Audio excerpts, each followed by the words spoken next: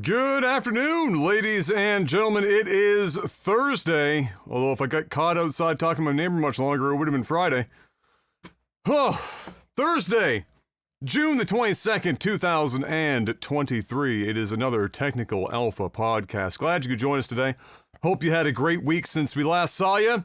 If you're new here, catching this live for the first time, welcome. Thank you for choosing to spend some time here with two old dudes screaming into their monitors. Two more people who probably shouldn't have a podcast but do, like every other 30-something-year-old male in North America. But we try to make it a little bit fun, occasionally. We do our best. Got another great show lined up for you today, as always. But before we get started, the most important question of the week. Mr. Black, how was your week? Just another week, man. Same old shit, different pile. Fantastic. Incredible.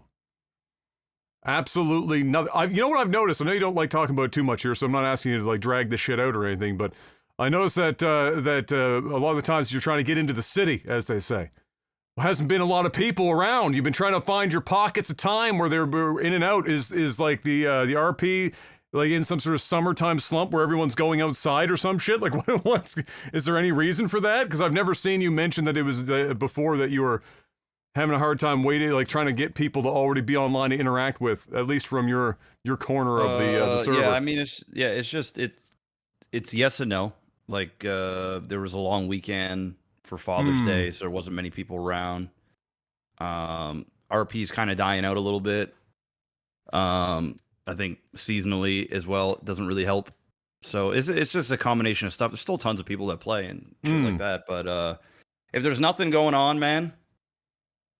Well, there's no reason to be in the city if there's nothing going on. What are you going to do? Run around in circles for fucking 3 hours? Like, not a lot to not a lot to do. Not a lot to do. You can only bust up cars so many times for money before you get bored. Who was I watching the other day? I was watching Venilus is a friend of mine. He's a streamer who's done lots of RP. He and his wife run several RP servers for different games. And he was getting into, I think it was one of the servers, or the server, because there might just be the one that's doing like the 1980s theme one. Ignite. Yeah, and I think I was watching him on that. It was like a brief time where I had a moment to watch some streams while I was writing my review, and they were trying, God bless them, they were both new to the server, and everyone's trying to figure out how they're going to make money on the server as a new character, because they were just broke. They got absolutely fucking nothing. They're just running around naked and afraid, right? And they tried everything, they did like the escalation, so they started at like the bottom, like the absolute easiest shit to do criminally, and then just like slowly escalate, and they were noticing at the end, like they'd finally pull it off, like somehow, against all odds, they'd like make some stupid shit happen, and then they'd be like, all right, what did everyone get? And they go to their bank account, and it was like $5 more than the last thing that they did, and everything was earning no fucking money. Like on one of them, like 3 of them died, cops were involved, everything. They were like, all right, but we pulled it off, right? Somebody got away. Yeah, sure. What did we make? Like $2,000? They were like $225. Rip. The struggle. The struggle is real. The struggle was real. But yeah, anyway, that was just a thing that popped in my head from RP.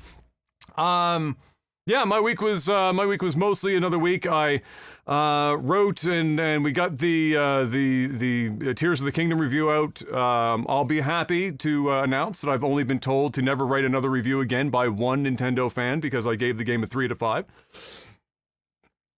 So that's good. Ratio-wise, compared to Final Fantasy VII Remake, way better. Haven't gotten banned off any websites for this one. Everything is fine. So that's been wonderful so far. Reception has been okay. Now that being said, I start Final Fantasy 16 either tonight or tomorrow. There's still time for me to blow this whole thing up. So we'll see what happens. We'll see what happens. But I think I'm gonna like Final Fantasy 16. It looks like it's a pretty good game. And thankfully, it's not the remake of 7, which means with 7, it was like if you did anything other than say it was fucking like walking on, you were fucked. You were just there was no coming back. So this one might be a little bit different. But did that, so we got that review published and helped Dad several times. You know, they're renovating their place now. So done here.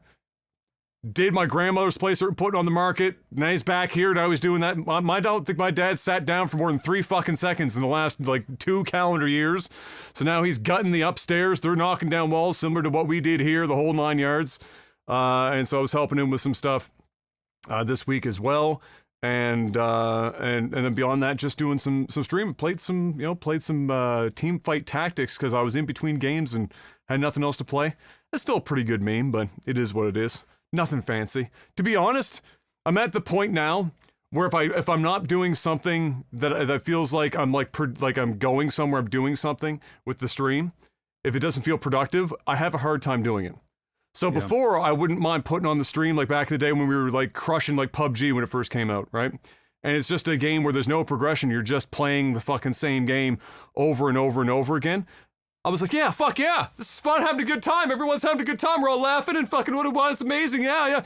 And then these days, if I'm playing multiplayer games or I'm playing by myself or whatever, and it's just like the same instant grind, I'm like, man, I'm not doing anything right now. There's no anything productive on the other end of this, and I start to feel fucking weird. I don't know if that's just because I'm poor and I want to make more money, or if it's because I'm old and jaded. Probably both, honestly. Speaking of video games and making money, let's talk about some video games and making money. But this isn't even technically video games, but it's going to be in this list anyway, Mr. Black. Twitch is back on the menu once again, right before the podcast, like 10 minutes before 3. So what would have been our normal podcast start time if I wasn't stuck outside, was another little announcement from Twitch. And then earlier this week, I think it might have even been yesterday, the day before, they had another announcement. So we've had a couple of announcements. Twitch is just on the release schedule this summer. It's the summertime madness, I believe, was the old meme for that whole deal. Twitch is leaving us a nice little pre-podcast surprise, is what I have in my notes here.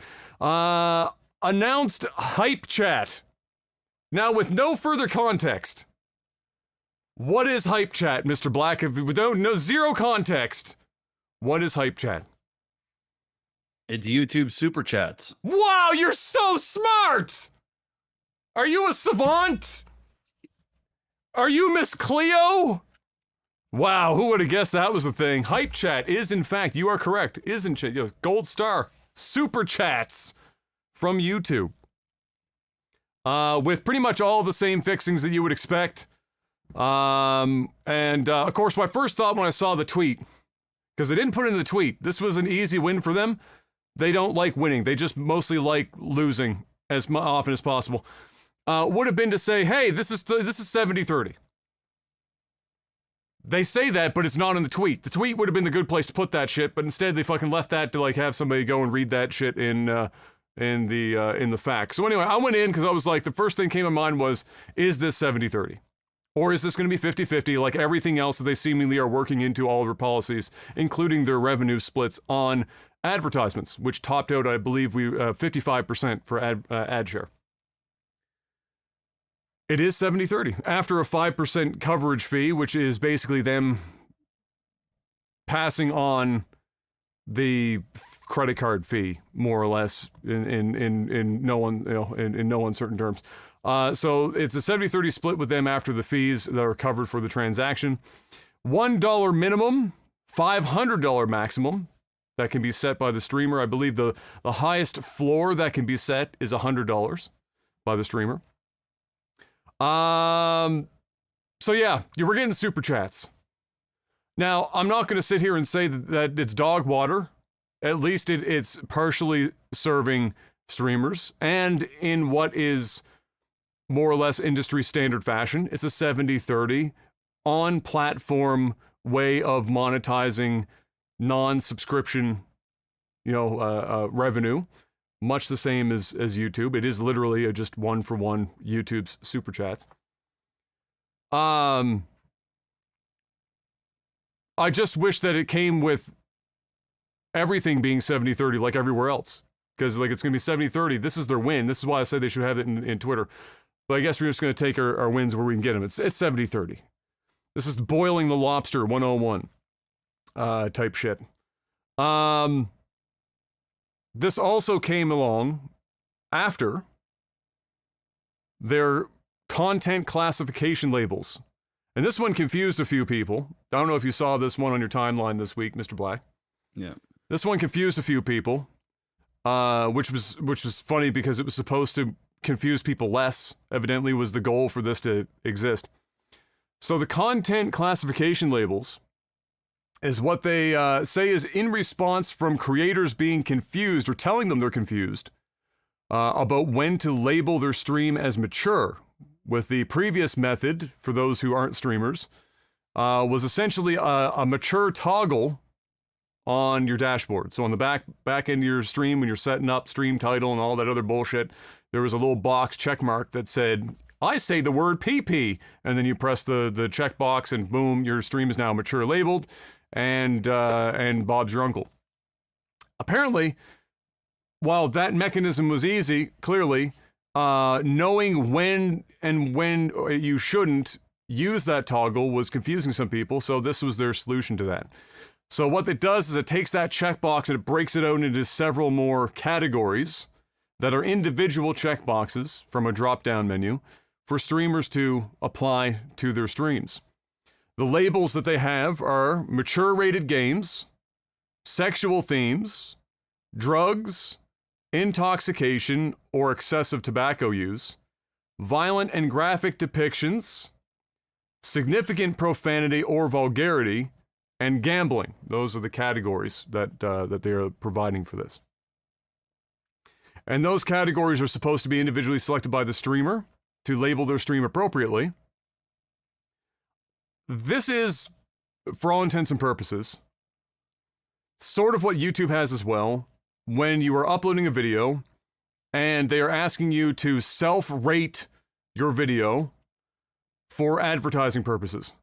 If you self-rate on YouTube appropriately a number of times and you're not lying to them, like, no, this is totally fine for all advertisers, and then you say some crazy shit and you're cursed at swearing in the first 5 seconds and everything else, then you have to keep waiting for the monetization to go through. But if you are in good standing, then it basically it incentivizes you to accurately describe your content so that you are instantly monetized, etc., etc. So this is similar to that. So my only assumption, Mr. Black, is that this is for advertising, for Twitch's side, to allow them to filter through streams and say, this is where we can place these ads, this is where we can place these ads, this is where we can place these ads, etc.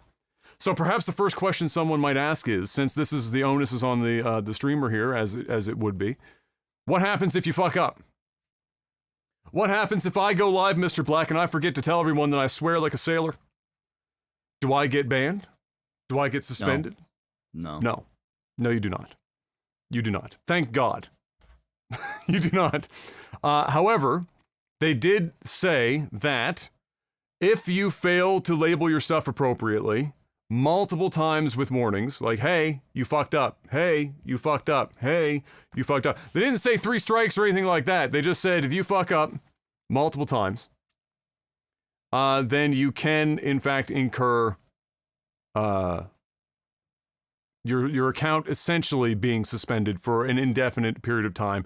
It could be a day. It could be 3 days. It could be a couple weeks. They just didn't give the specifics, probably because they want to be able to open that up for a case-by-case basis. Dude, my shit just stays on mature anyway. Just stays on mature. Yeah, so, well, for you, you're going to go in and you're just going to check near almost every box in that, because it's no longer just the one box. It's like the whole thing.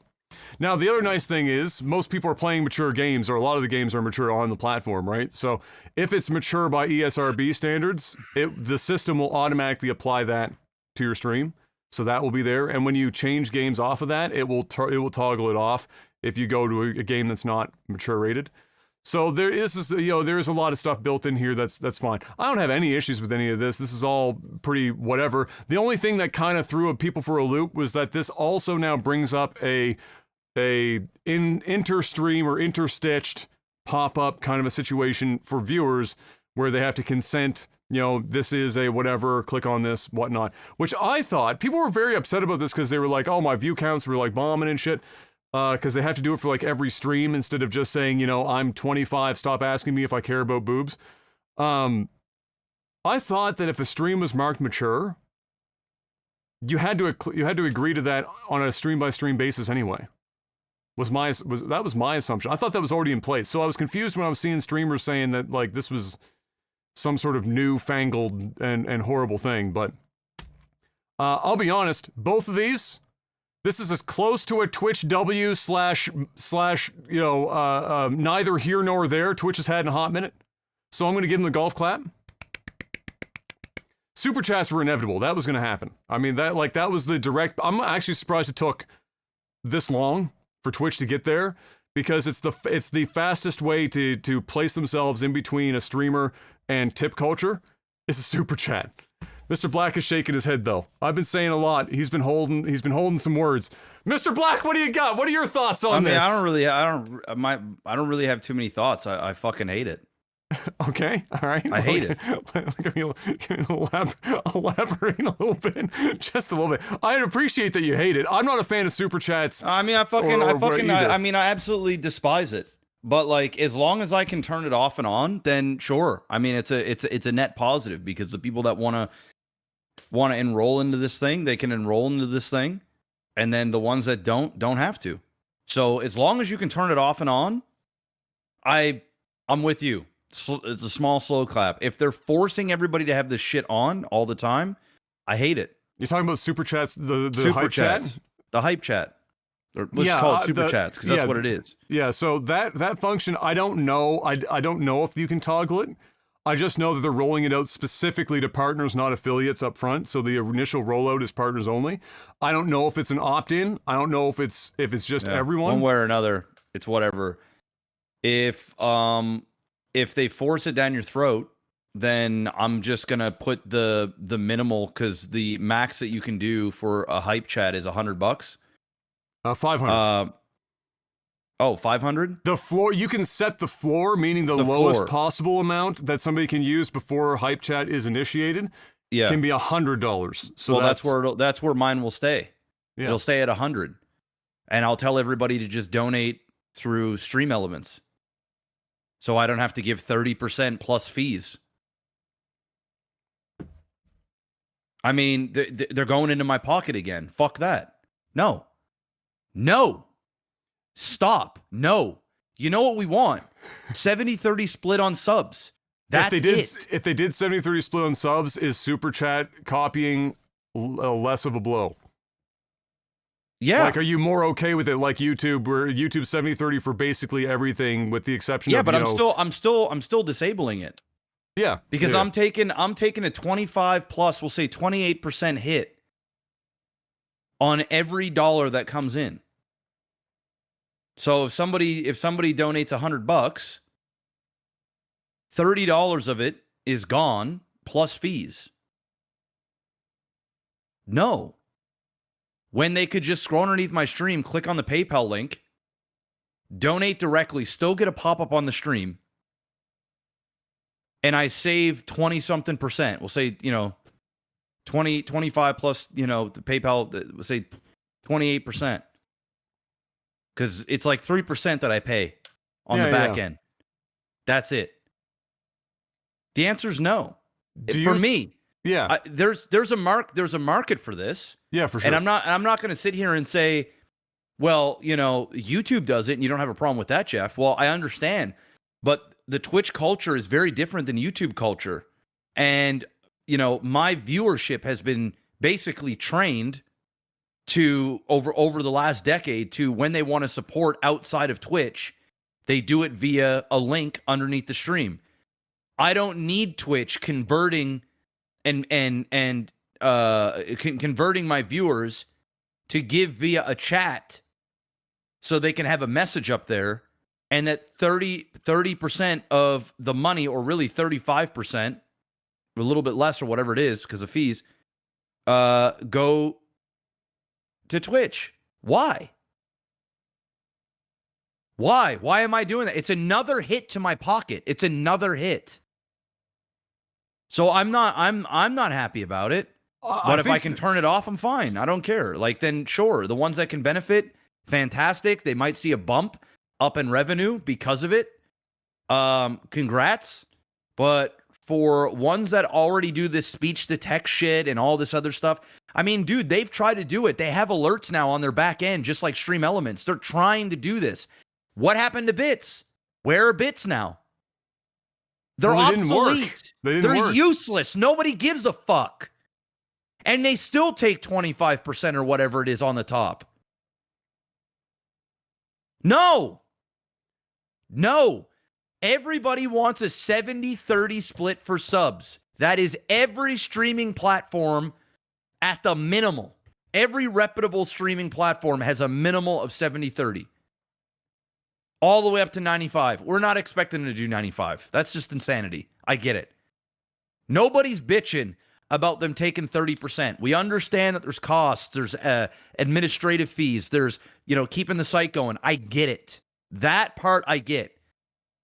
But you've already attacked our donations through gifted subs. You attacked our donations through bits, and now you're attacking the donations through hype chats, which are glorified super chats. They look identical. They couldn't even change the look of the fucking thing. Nothing. There's just no creativity at all. And I'm usually behind Twitch. Like, I'm usually, Adam, just relax, man. It's, no. I'm tired of it. Give us something of value, please. Please. If they said, like, hey, we got hype chats coming, but with hype chats, we also have 70-30 coming across the board. We listened. Because they're going to make a lot of fucking money off the hype chats, which is taking 30% from the streamer, which the viewer would have already donated to said streamer. So since you're making this a new large margin, why not just make it 70-30 across the board for subs? So that way, if we're taking a hit in donations, we're also we're gaining on the subs. So the thing that I could that of the two being 70-30 and not something higher, partnership stuff makes more sense because there's a lot more manual labor and systems in place to uphold a partner as it is versus something like instituting super chats or hype chats, right? A hype chat could easily have been, if they're built in, they could have been 90-10. 10% for having built in. You take the 5% is already being covered because you're already taking that anyway because you're passing it on to us. So it's 90, you make it 90-10.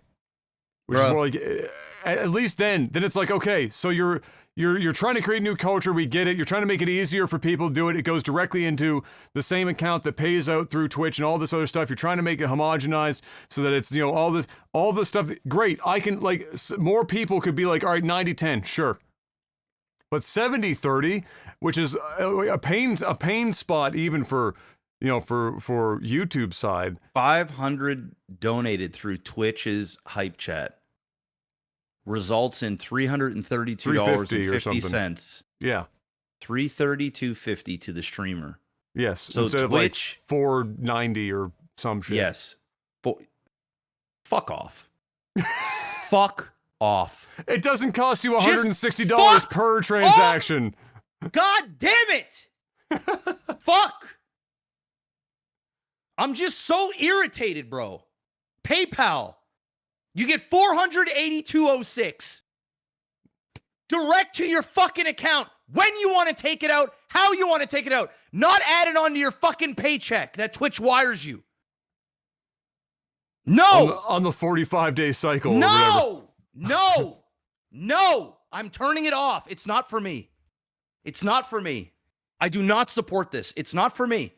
You want to come out, you want to do 90, you want to do 90% to the streamer, 10% for you. 5 is going to the fucking, for the fee, and 5 for your greedy ass. You want to take that, take that. I don't care. Okay? Just from a hype bullshit.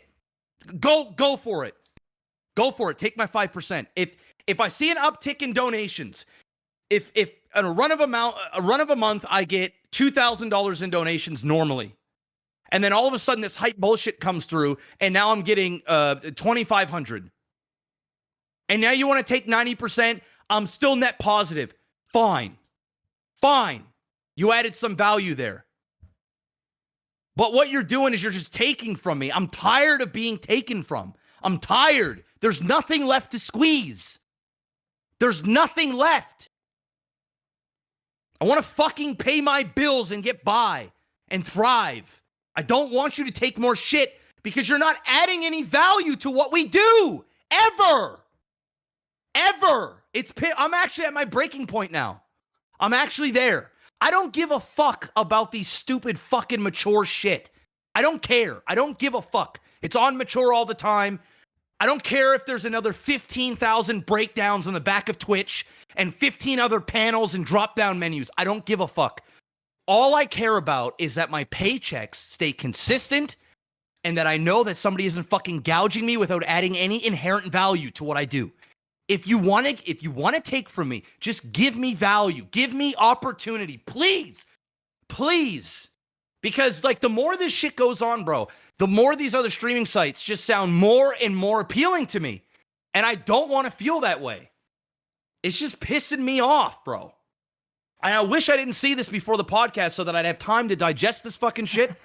So that I'm not acting like a fucking whiny, entitled little bitch. But like, dude, I'm tired of bleeding, man. I'm tired of it. And I've been calling this shit out for years. So let me just drill down on a point that you just made there about us being whiny little bitches, because that's what it comes across for a lot of people, right? Well, they can go suck my dick too, yeah, well, all right? Because absolutely. They don't fucking pay my fucking bills. No, I get it. I guarantee you, bro. I guarantee you, every single fucking donator or subscription, if you lined up 5,000 people that are regular on Twitch and they sub and they donate and you ask them, would you prefer all of the money that I'm giving you outside of administrative fees go to the streamer?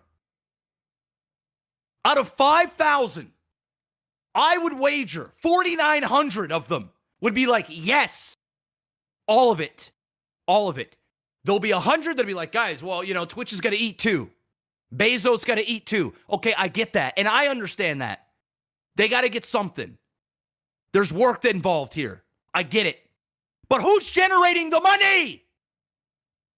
Who's the one streaming 24 hours, 4 times a week to make a fucking living? We are. Because that's the culture that you put on all of us. If you don't stream an unhealthy amount of fucking hours and e-bag all day, you don't make a living. And they want to take 30, 50 fucking % of it all the time. Fuck. I'm just over it, bro. It's so dumb. It pisses me the fuck off now. And this isn't a victory, bro. This is an attack. That's what this is. It's an attack on our wallets. And I'm okay with giving to Twitch. I already do it. Fuck, man. They had to have made 7 figures off me in my career. Have I done enough? I'm trying to fucking lower the amount of hours I'm streaming, not add another 10 to make up for this. Just give me value, please. Like, add something onto the site, please, God. Add something that I can just generate something. Why in the fuck, Amazon, for Christ's sake? Why in the fuck? Why can't I sell anything yet? Can't I sell items? Why? Why can't I have a link on my fucking channel that somebody can click it when they go buy shit on Amazon? I get 3% kickback. 1%. That's a value add. Why? Then take my 30% on the godforsaken hype chats. Why? You're Amazon. It's right there. Let me peddle your fucking shit on Amazon. An actual good service where you order shit, it's at your door in 24 hours.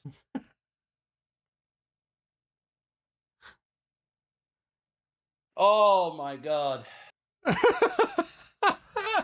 I just like, what pisses me off, bro, is I'm going to have to train my viewers. Again?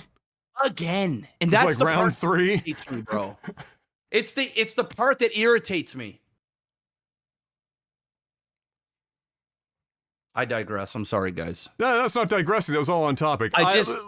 listen. I'm just old. I just can't. I just can't. Listen, I'm with you. Here's what I need. I want to contextualize some stuff for some people that they're going to see content creators that they watch or maybe don't watch or what have you talking about these topics, and it's all going to sound like Jeff was saying, like entitled whiny bitch shit. Here's the reality of the situation is that in the grand scheme of like what came first, the platform or the streamer, and then what allows what to exist. If you take Twitch out of the ecosystem from a live streaming perspective, there's a million places people could go to go and do similar shit, and if it wasn't Twitch, it'd be somewhere else. Because somebody's going to build a service knowing that if they build a service that allows people to come and create content on it, and it's good quality content that a large number of people are willing to show up to watch, that's how you generate your money.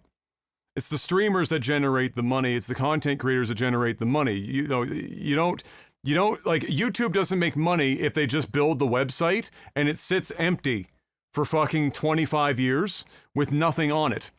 They could have everything there and absolutely nothing. Now, conversely, an individual, and there are people that have done this, by the way, an individual can run their own website and just stream to their own website, and it costs a lot of money. But you can do it, people do it, and they make a good living doing it. It's not... There is a convenience to having the platform there, but the platform doesn't make money without content creators. And they know that. Right? The where it gets fucking muddy is how much bordering on extortion can the platform put pressure on or apply pressure to the content creators to say, hey, you've been here, this is the community that you've grown here, etc., etc. We know you don't want to leave, and so we feel like we can get away with this. This is similar to I'll make an example that's similar to close to home, where M is an RN, she's a nurse working in the healthcare system. And the healthcare system, most of the nurses that are nurses because they want to be nurses, because you have to be a certain constitution and a certain personality and a certain type of person to do that kind of shit on a daily basis. And so generally speaking, they want to just help people and be there, and they don't want to let their other coworkers down, because if they leave and the ward is fucked. And so what happens? Well, what happens is that whether it's private or public, by the way, it doesn't matter what system it is, because we've got friends in the States that are in the same situations as M, is ward goes like running on gas, or not even running on gas, running on fumes. People are calling in, they're shorthanded all the fucking time, can't get anyone, and then you go in and say, hey, can we maybe hire some more people? Or can we at least get paid more money for the fact that we're now doing the work of 3 people as a singular person here to keep this from floating? Because if the nurses were to leave, all of this collapses and you're fucked. But because nurses are the way they are, they often don't. It takes forever for them to get anything to go in their favor. And this is similarly, and so the government abuses it and a private organization abuses that kind of a situation. And Twitch as a platform is doing the same. They had a first mover advantage. They got into the market. They grew huge. Nobody fucking went up against them forever and ever and ever. When they did, they didn't do it well enough. They collapsed. Twitch continues to stand. And now the only real competition at this time is YouTube, and Kick is making a run backed with bajillions of gambling dollars. That's their market right now. Twitch knows that they're still the granddaddy. They've got tens of thousands of content creators that have been partnered at this point, that have had or have been on the platform for many years, building a community up. And they know that it will take an enormous amount of pressure to move them off the platform permanently and go somewhere else, because they don't want to start over, or they don't want to try and move people, etc., etc. So what does that allow Twitch to do? It allows them to turn the knife a little bit, stick the knife in and fucking twist it. How far can we twist the knife? Where's that last twist before it's all over? And so this is what they can get away with. But like for content creators, we're the reason that the platform makes money. If you just build a platform, it's true that it's there and there is reciprocity. But if you take the streamers off, there's zero advertising revenue. There's zero nothing. There's nothing to monetize. It's just a platform. Whereas content creators can go elsewhere. If listen, I know I went on a tangent because it's just painful because I understand what I'm going to have to go through. And it's frustrating, but if you can just disable this thing, everything that I just said, ignore it. 100%. Even if it's disabled, just ignore it. Just it won't listen. As long as we can turn it off and turn it on, everything I just said, ignore it, because then there will be value to the ones that want to use it. Okay, I get it. But if this shit is automatic and I can't turn this bitch off, I'm not going to be happy. I am not. I will not be happy. There will be a minimal of $100, the maximum that you can do to bing that thing off. And in the title of every one of my streams, I will have "Don't donate via hype, donate via stream elements or whatever." I just can't be bothered. I just can't be bothered. Think about the value add for a streamer. If they had a button beside the sub button that you click on as a viewer and you opt in that everything that you purchase on Amazon, as you're opted in, all the money, all of the affiliate back end kickback goes to the streamer you support. Imagine. Bro, Imagine. Just as a value add, as somebody who's done Amazon affiliate links for years, of them having it so that it's a single link where you don't have to run an account in every country. So every time I have a check eventually roll through because somebody in Germany spent like fucking 500 euro or whatever the fuck, and now I have enough to cash out, and I get a notification, and that shit's in fucking German, and I'm going on their back end of their, which, by the way, the affiliate back end is fucking miserable. I only do US, and there was one other one. It gets wired directly into my bank account. Dude, I've probably got $1,000 worth of euro old Amazon checks. Yeah, $40 here, $50 there. I took them to my bank. My bank stopped taking them. They're like, "We can't take these." I'm like, "Okay, fucking paperweights." Imagine clicking on a button at them, and it's just handled, and it's done. It's done. Every time. They don't even need to come to your stream to click on a link before they buy.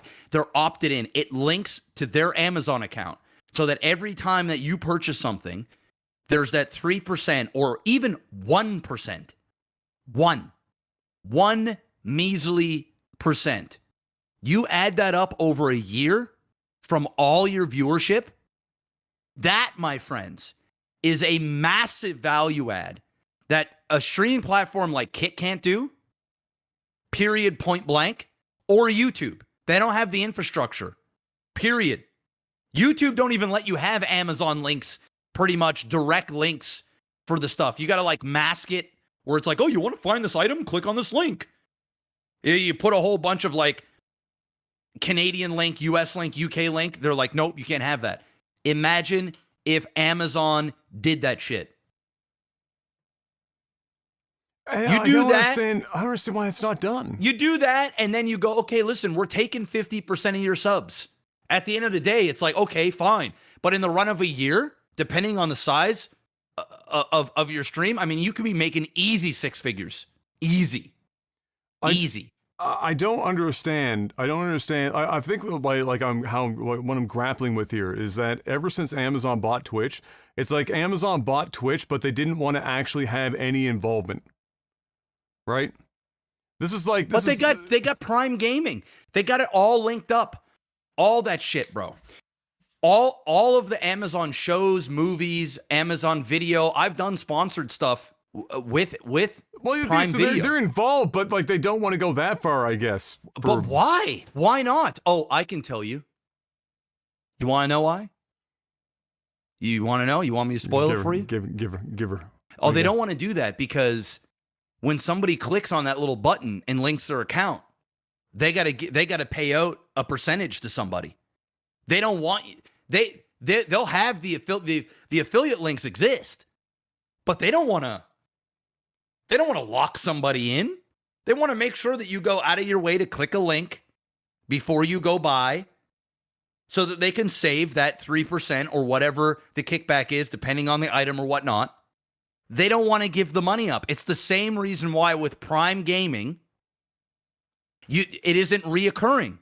They want the user to forget to resubscribe, because that is $2.50 or $3.50, depending on your split, that they don't have to give to the creator. And think about how many Prime users forget on a monthly basis, myself included. A lot. Millions. Millions. And I'm not even talking about my ass. I would wager it's in the millions. And if that's the case, if there's 1 million people that forget, they save $2.5 million. That's why. And I believe in my heart, that's the reason why we don't have Amazon linked, so that you can make those commissions, because it's actually it takes money out of their pockets and puts it into our pockets. But you have to think that, like, at a 1% meme, if somebody's going to go and buy some shit, that you're going to get volume above and beyond what you would have gotten in the first place. It's the whole reason why they would have had the affiliate program to begin with, is that you're putting it in the hands of influencers that go on YouTube, and, like, let's say it's, you know, it's like a professional photography channel, and every time they go up, they're like, all right, well, you know, Canon's just released this whole new line of glass, and here's all the Amazon links, and this is the glass that I use to shoot this video, and doesn't it look fucking amazing? And you got a bunch of people that would have never spent fucking $1,800 that day on a fucking lens, you know, new Canon lens for their camera, and all of a sudden they start buying the shit. Yep. You have to assume that at that lower percentage. But that makes Amazon money, not Twitch money.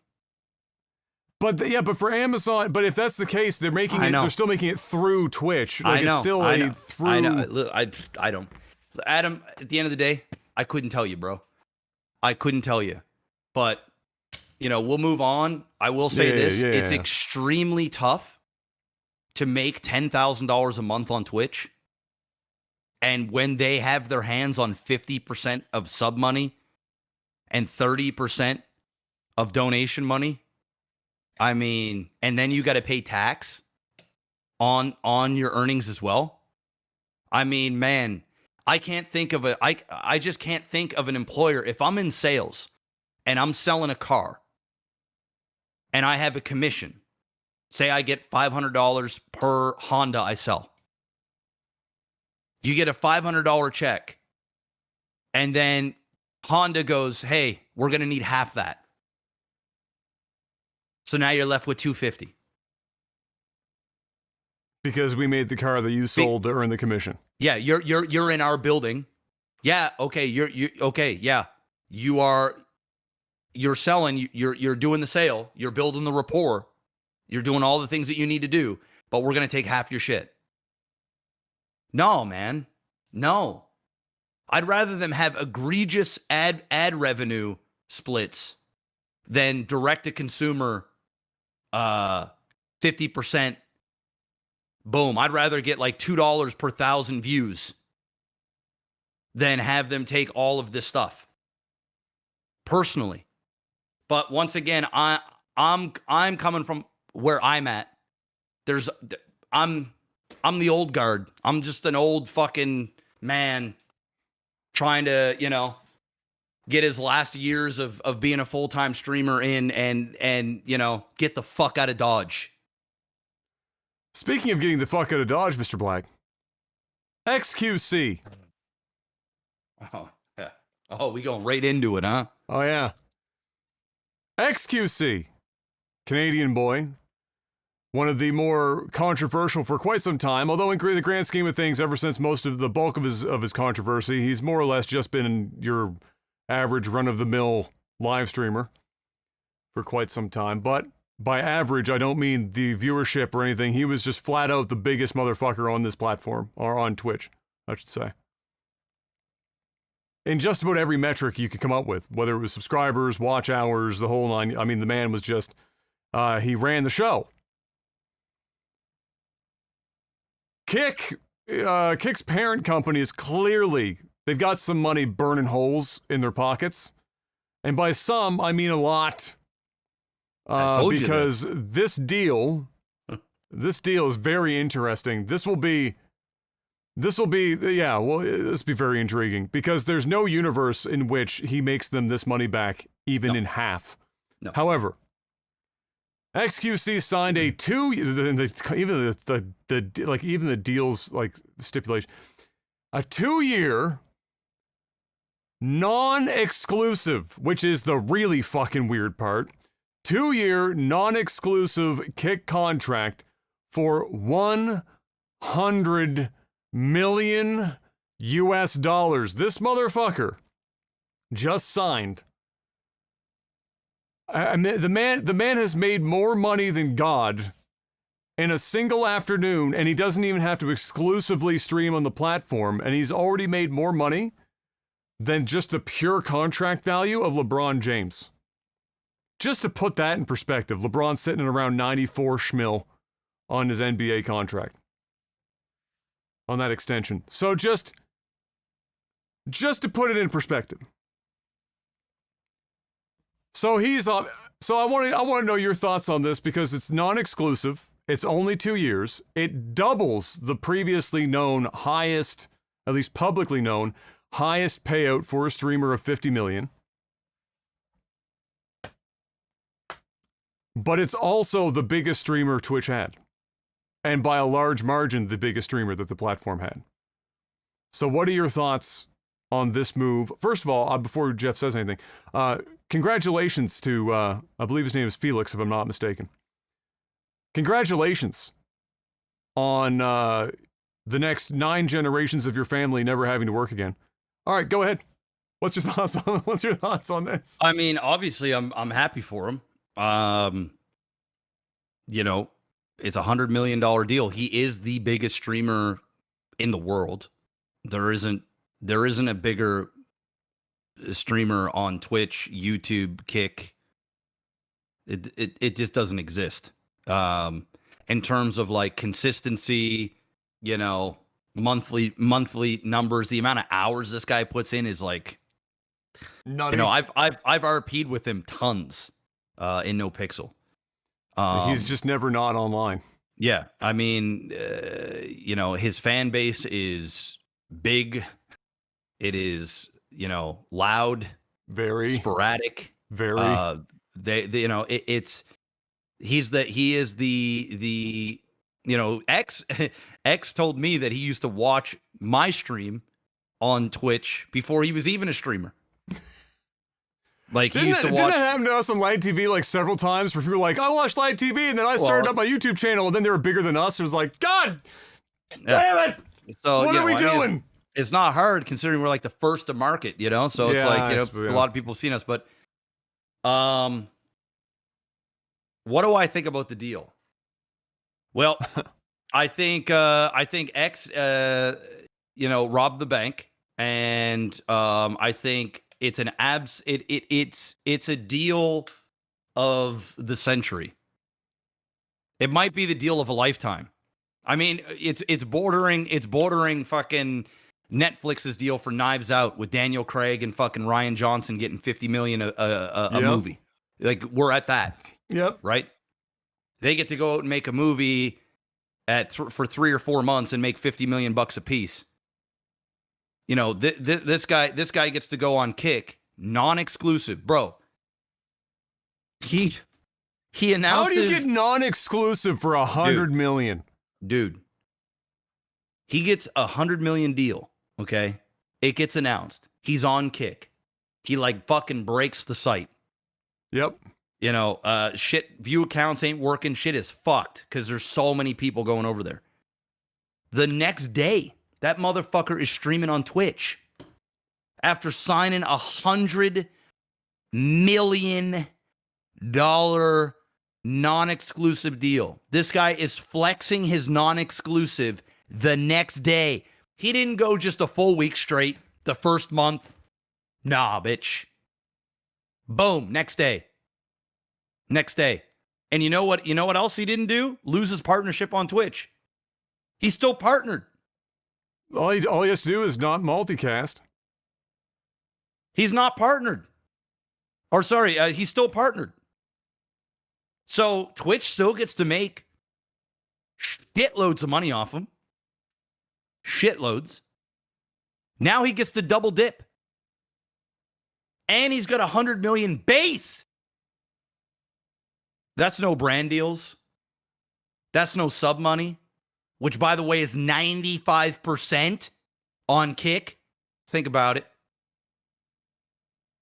No ad revenue via Twitch, which somebody at his size, averaging between 50 and 100,000 concurrent viewers. Monster. He hits the run 30-second ad, and he makes like my yearly wage. All right? That's a bit of an exaggeration, but not too far off, bro. It's a lot of money. It's not too far off. It's a lot of money. You know, at least my monthly wage. 30-second ad, boom. 30-second ad, boom. You want to run a 10-minute ad? Now you're at my yearly. Congratulations.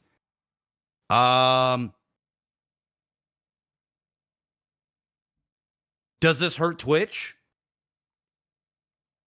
I'm not sure a non-exclusive deal is really hurting Twitch, to be frank. If this was an exclusivity and X is no longer allowed on Twitch, period, point blank, now we're talking. Okay. This is a big hit. I think where the play was for Kick, because like you said, they ain't getting their money back. It's just how? They don't run ads. He also said, from what I heard, I don't have a direct source, but from what I heard, what he said on stream is this deal has nothing to do with gambling. So he is not contracted to go play on stake. To this $100 million that he's got, portion of it is not like gambling related. This is just cold hard cash. I think it's a $70 million deal with a $30 million incentive. I don't know what the incentive is. I don't know. And people can fact check me if there maybe that 30 million has to do with playing on stake, or maybe 30 million is earmarked to that. But from what I've been told through, third party, which who knows, could be bullshit, that it had nothing to do with gambling. So if that's the case, where Kick made their play was saying, we pay over here to have people come. So now you're going to have other streamers saying, hey, this is how much I want. Doc this is how showed much up I want. today on Twitter and said, my price is $50 million. There you go. And I guarantee you Kick will message him and his agent. They're fielding and it. Say, are you fucking serious? Because if you're serious, we can make that happen. And then if Doc goes, Tim goes, all these other guys go. I'm hearing rumor that Ludwig or whatever his name is, he's going. Don't know if that's real or not, but apparently he's got. Are they all non-exclusive? So like, here's my only thing that I could ever come up with. Yes. Right? Yes. Is so Felix is the biggest streamer on Twitch, right? Yep. So if you make it non-exclusive, but you still pay him a bunch of money so that he does at least show up to stream on Kick, and he will, is the play that you go to Twitch so that Felix is sitting there, and then every time he's going to switch over and he's mentioning Kick in front of 50,000 people that are on Twitch every single time, and that's where they're getting their value? I think that's part of it. I think that's like, hey, we'll let you continue to stream on YouTube. We'll let you continue to stream on Twitch. But if you do, we want you to stream there first and then bring those people over. Like, let everybody know, hey, guys, I'm moving over to Kick. Here's my link. Everybody come over. I think it's smart because, like, if you just do an exclusivity, you're going to have a ton of fans that are going to be like, no, fuck Kick. I don't like it. It's gambling. I like Twitch. It's where I don't want to go. But if you're playing on Twitch for a while and you're having fun and you're part of that atmosphere, and you're like, hey, if you want the show to continue, we're just going over to Kick. It's just a different URL, same show, same everything. That's when you convert. And now X will convert every single stream, every single one, instead of one large convert and then slow trickle down by word of mouth. Now it's like, we'll take these guys, another 10,000, another 5,000, another 8,000, another 10,000. Playing a brand new game on Twitch, 100,000 viewers, another 20,000, another 10,000. Boom, boom, boom. Not only that, you know what else $100 million does? That I think a lot of people aren't talking about? Headlines. Well, it's marketing. It's social media. $100 million. Everybody talks about it. Yeah. Everybody. That's the shit that your parents at a table go, did you hear about some dude? They got $100 million playing video games for a couple of years. Maybe we should let Timmy upstairs play a little bit more Fortnite. Maybe they're onto something. Every publication talking about this shit. All of them. Every podcast known to man in the gaming entertainment sphere talking about this shit. All of them. And you know what it is? Kick, kick, kick, kick, kick, kick, kick, kick, kick. That's it. Boom. And you know what? When they sign Doc, when they sign what is his name? Asman. When they sign him, when they sign all these guys, because it's going to happen, bro. Dude, this is money that you can't say no to. Your moral high ground goes the fuck out the window when you're getting 50, 100, 30, $20 million deals, non-exclusive? What? Oh, I can stream on Kick for 2 years and they're requiring me to do 30 hours a week? Oh, and I can still go hanging out where my community that I built over the last several years are and slowly transition them out? What? How do you say no? And all those new people, Adam, you know that 100 million?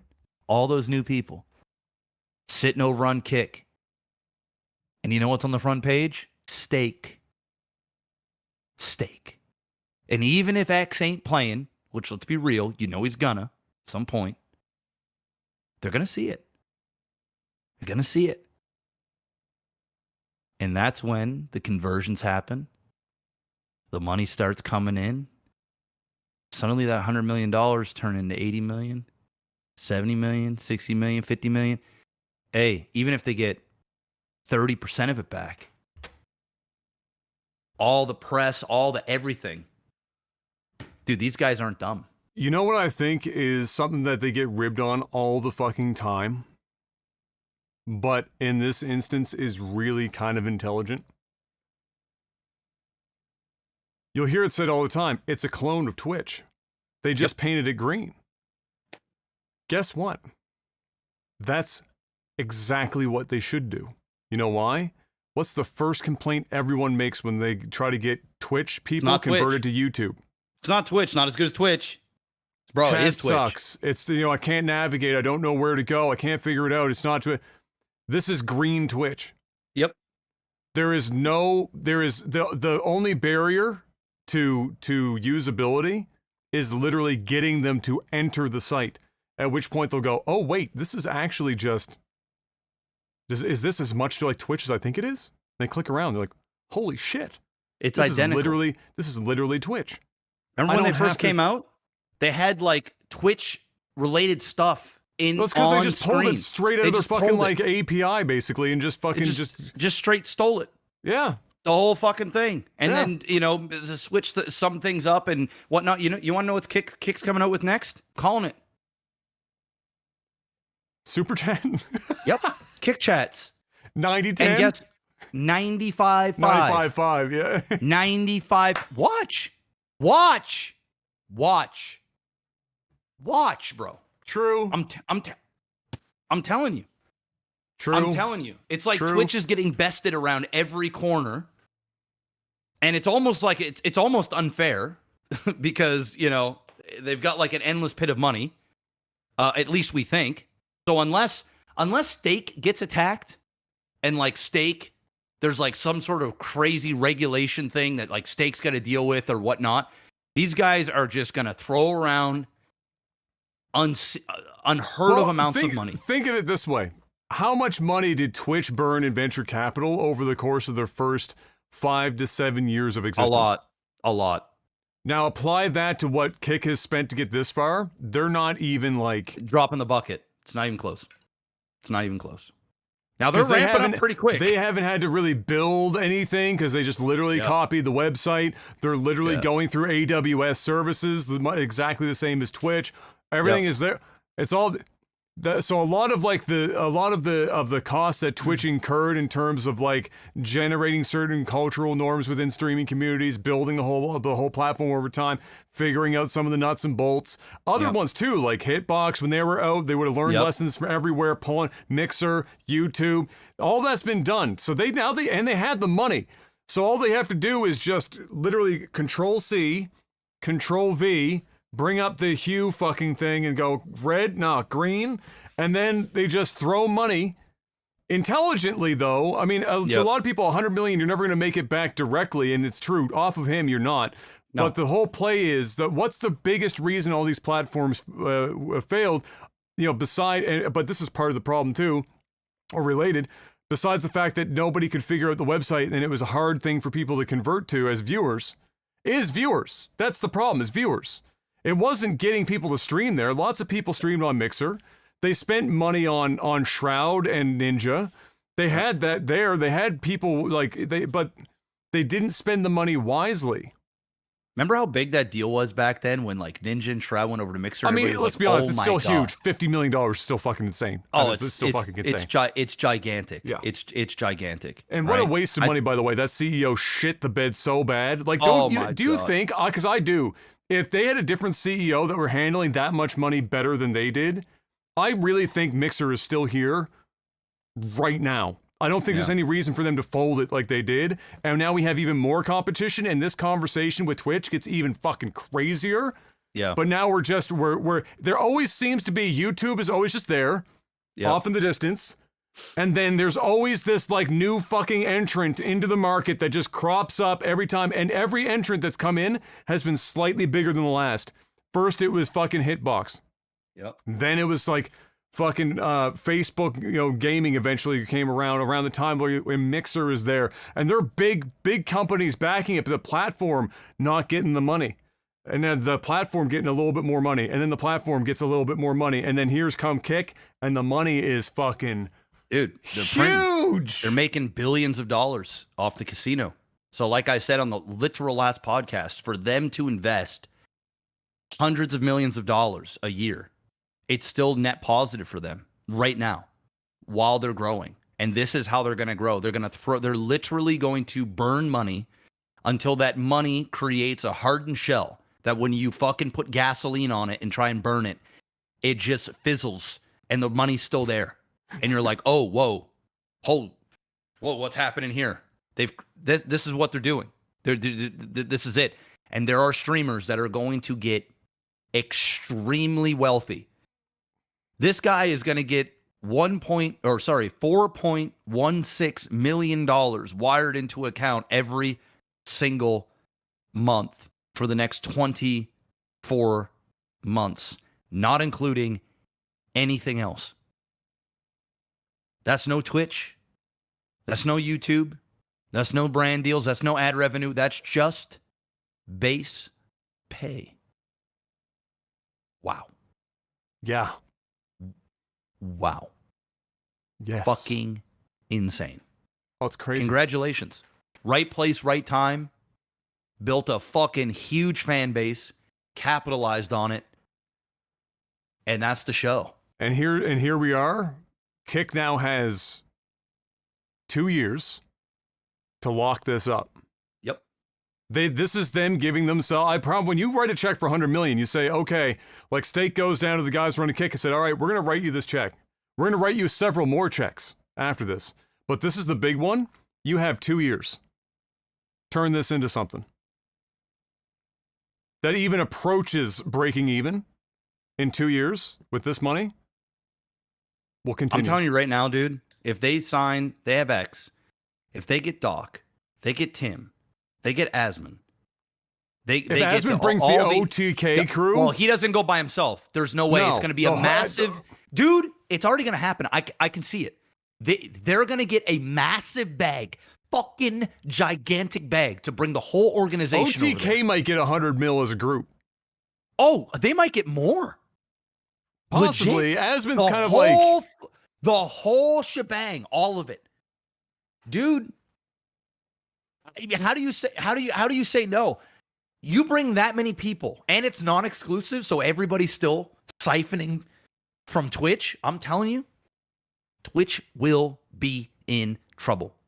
Big trouble. Huge trouble. Scary trouble. Scary. Because what's going to happen is the more... I mean, there's always going to be Twitch stars. So, even if, a whole wave of them leaves, there'll be new ones that'll kind of prop up. But what it's going to do... Not that quick. Not that quick. Not that quick. Especially when you're running 9 consecutive fucking ads. Ads. Correct. So all of the things that they're doing is hurting the next up-and-comer. And what's going to happen is all these big streamers, they all network with each other, man. They're all like live in the States, or they all live in California or Texas. Oh, yeah. They all do this shit. They're all going to get in these. They're going to go to TwitchCon, or they're going to create KitCon. Guaranteed, bro. I guarantee it. In Vegas, of course. And it will be, they're all going to get together. They're going to sit on tables, and they're all going to go, you know what, guys? Everybody just get the bags, man. Because believe it or not, a lot of these big streamers, they don't want to do this shit. They don't. A lot of them don't want to. What's his name? Just said that he's quitting here the other day. Fucking he's like 25 years old. Tifu. Yeah, a He lot quit of these this streamers, week. they don't want to have to put in 40, 50, 60, 70 hour weeks. Trust me, they love streaming. They love their communities. I get that. But if there's an opportunity for these guys and gals to get $20 million, $10 million, $100 million, Bro, everyone's taking that deal. Anyone that's out there like everybody's taking the like, bag. I never take it because they have Aiden Ross on the platform. Suck my below average white dick. Can you imagine? Can you imagine going to your family and saying, you know what, guys, Kick, it's a streaming service. They offered me $20 million for 2 years. And I'm normally making $2.5 million a year. So I mean, we're pretty fucking rich, okay?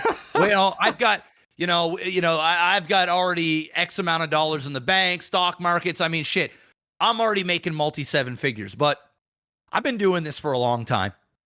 And you mean to tell me that in 2 years I can go ahead and knock off 8 to 10 years of work, assuming at this work rate, and like nothing will change, right? No decline, nothing, just flat out balls to the wall. This guys, if you're getting offered multi-million dollars per year, you're a streamer that puts in a fuck ton of work. This ain't somebody that streams 15, 20 hours a week.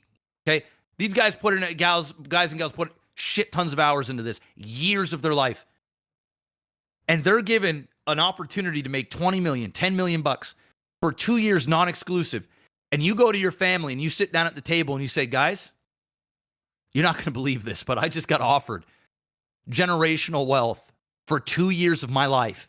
Okay. Which means after 2 years, I can go and do the ninja thing, where I can go and do whatever the fuck I want, how I want to do it. If I want to go be in movies, I can go be in movies. If I want to go jerk off in the back of my house, where I'm sitting on 5,000 acres and nobody can see me because I'm just fucking filthy rich, I can do that. If I want to go jump into a fucking submarine and go visit the Titanic, I can do that too. I can literally do whatever the fuck I want, however the fuck I want, whenever the fuck I want.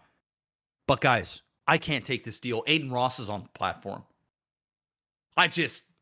My moral compass is so high. I just can't take it because Aiden Ross, the things that he says, I just can't do. Shut the fuck up. Bro, you'll be on Aiden's stream if they tell you, bitch. You'll be on his stream. Do you know how much money that is? You got to be on some next level shit. Like, your moral compass has got to be unfathomably strong to say no. They're all going. They're all going, bro. Bro, I watched a video last night.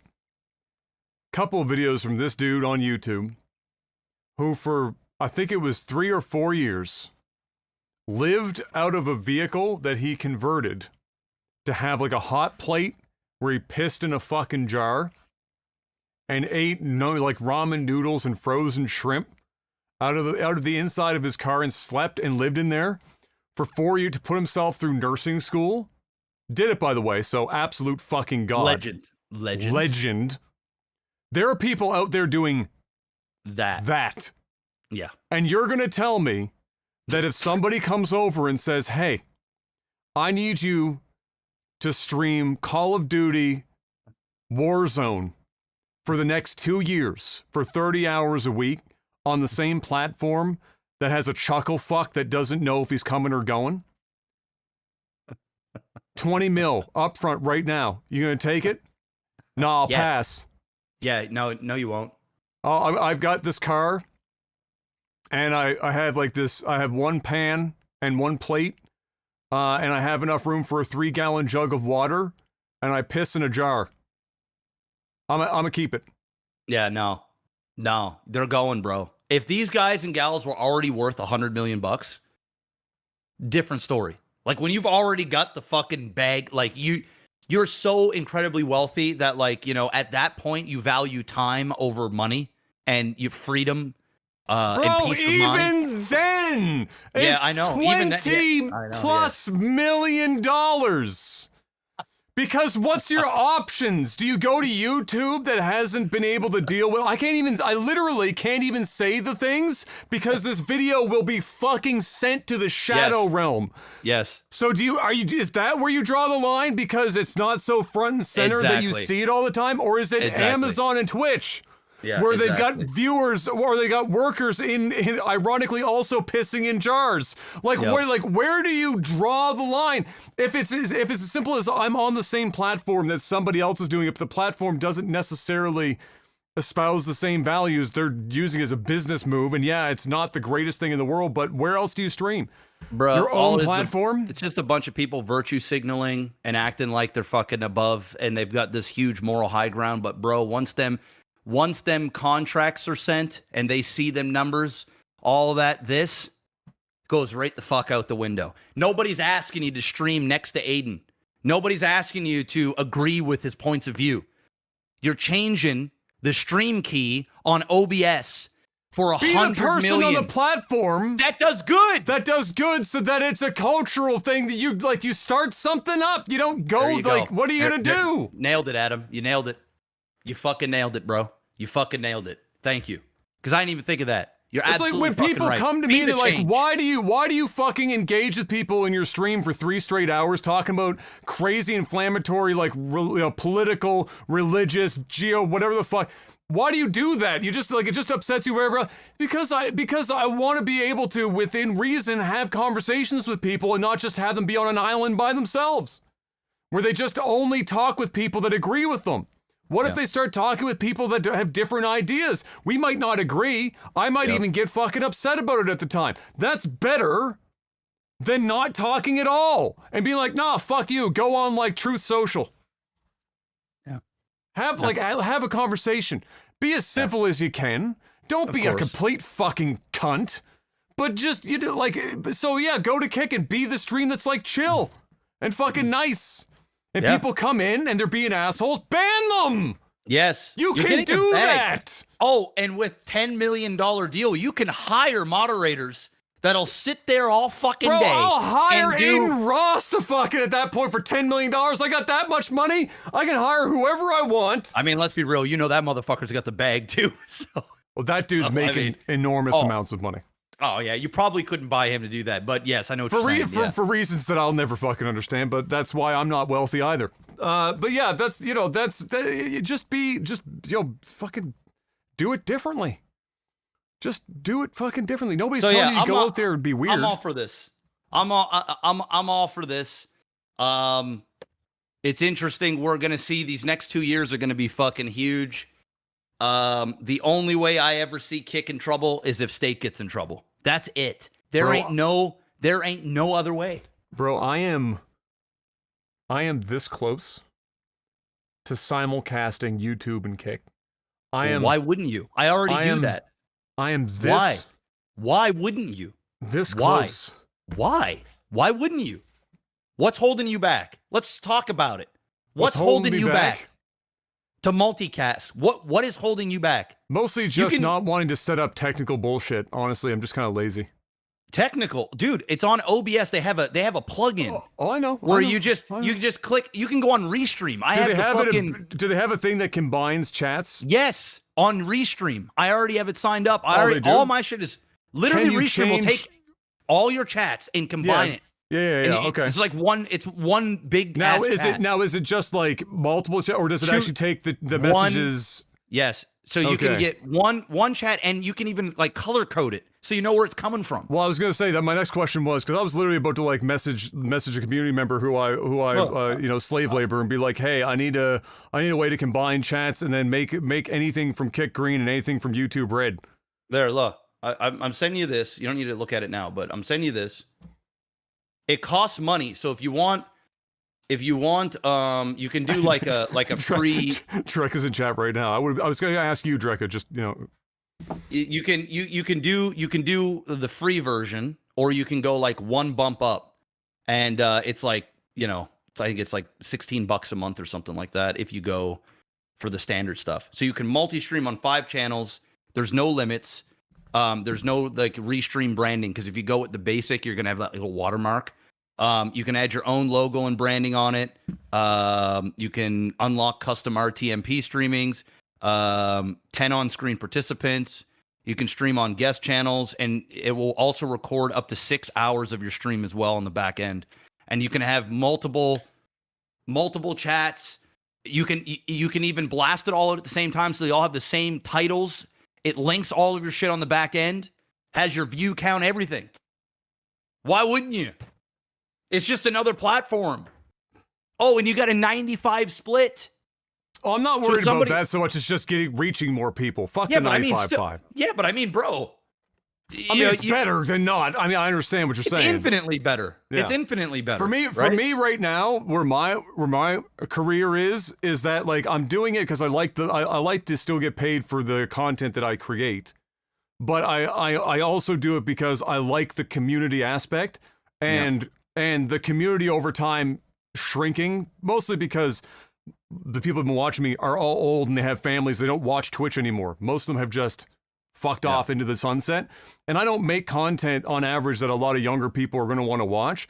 So for me, it's about casting a wider net so that, I can still have a community. So when I'm creating content, because I'm creating it a little bit for myself, because I enjoy it, but I also like to put it out there if other people enjoy my content. And I'll do it as long as they do. But if I get to a point where like 15 fucking people enjoy my content, I'm gonna just not create content. I'm gonna just be honest with you. It's just not gonna fucking happen. Of course, it's not worth the fucking effort. But like until then, I'll keep going. So it's more about casting a net than anything else. Well, fucking casted, bro. Final Fantasy 16 simulcast, YouTube Kick, boom, done. Bob's your uncle.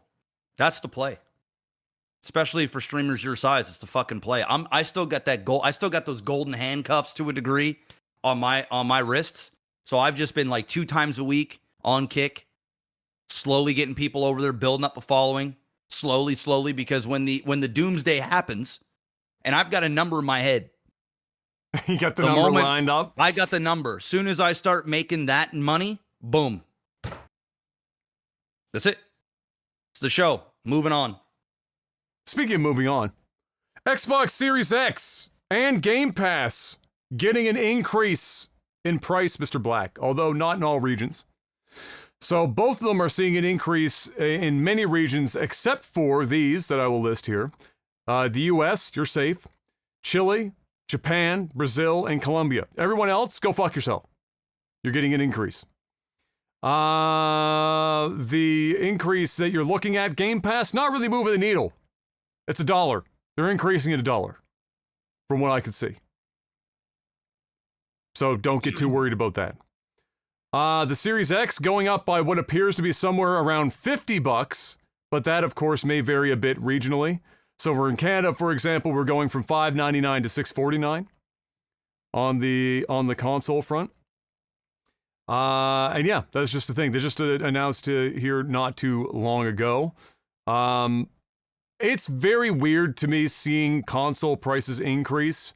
I understand that the economy globally is a complete fuck show right now, but even back in the day, in the last bad recession that we had, 2008, 9, 10, that era, maybe I'm not remembering it, but I don't remember the 360 ever having a price increase in that time. Now, back then, of course, a lot of the issues of supply for the chips and shit that are making a lot of these consoles, that issue didn't exist at that point. That's one of the major driving factors of a lot of stuff like car manufacturing now. But nevertheless, it is still very weird for me to see an increase in a console's price 2 or 3 years into the life of it. This just in. You can't turn off the hype shit. Oh, you found it. Can't turn it off. Can't turn it off. I'm shocked. Also, even here on YouTube, super chats, 70-30 split. YouTube covers all the fees. Oh, okay. Twitch, no. Okay. No. The average fee for processors between 1.5 and 3.5%. Twitch taking 5. Twitch taking 5. Woo! Woo! The plot thickens. Twitch is cooking. Sorry. They're cooking meth. You can continue now.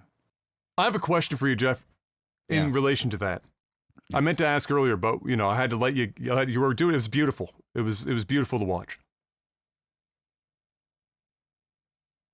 I know what I think in my mind. Do you think there comes a time where, much like Twitch put the brakes on the types of links that you could share for other things? Adam, don't. Please. Continue to move forward. Please. Do not even speak it into the air. Let's just move forward. You know what I mean? I don't. Let's just keep moving forward. We can't even speak about those things. We cannot talk things into existence, please. Because you thought I went nuts then. That was nothing. Okay? Let's keep this moving. Cataclysmic event. Okay. All right. Employees at Square Enix have been apparently asking when they will be able to do a Final Fantasy VI remake, in the same vein, of course, as 7 remake. As of right now, the uppers there are saying, well, obviously, we want to get 7 done before we even think about tackling something like 6, because 6 would be a very huge project. Lots of people love 6. Many people, if you're a couple years older than Jeff and I, and maybe even if you're in our bracket, 6 is often what people say is their favorite Final Fantasy. It's considered by many to be the best of all of the Final Fantasies, even if it's not like your favorite.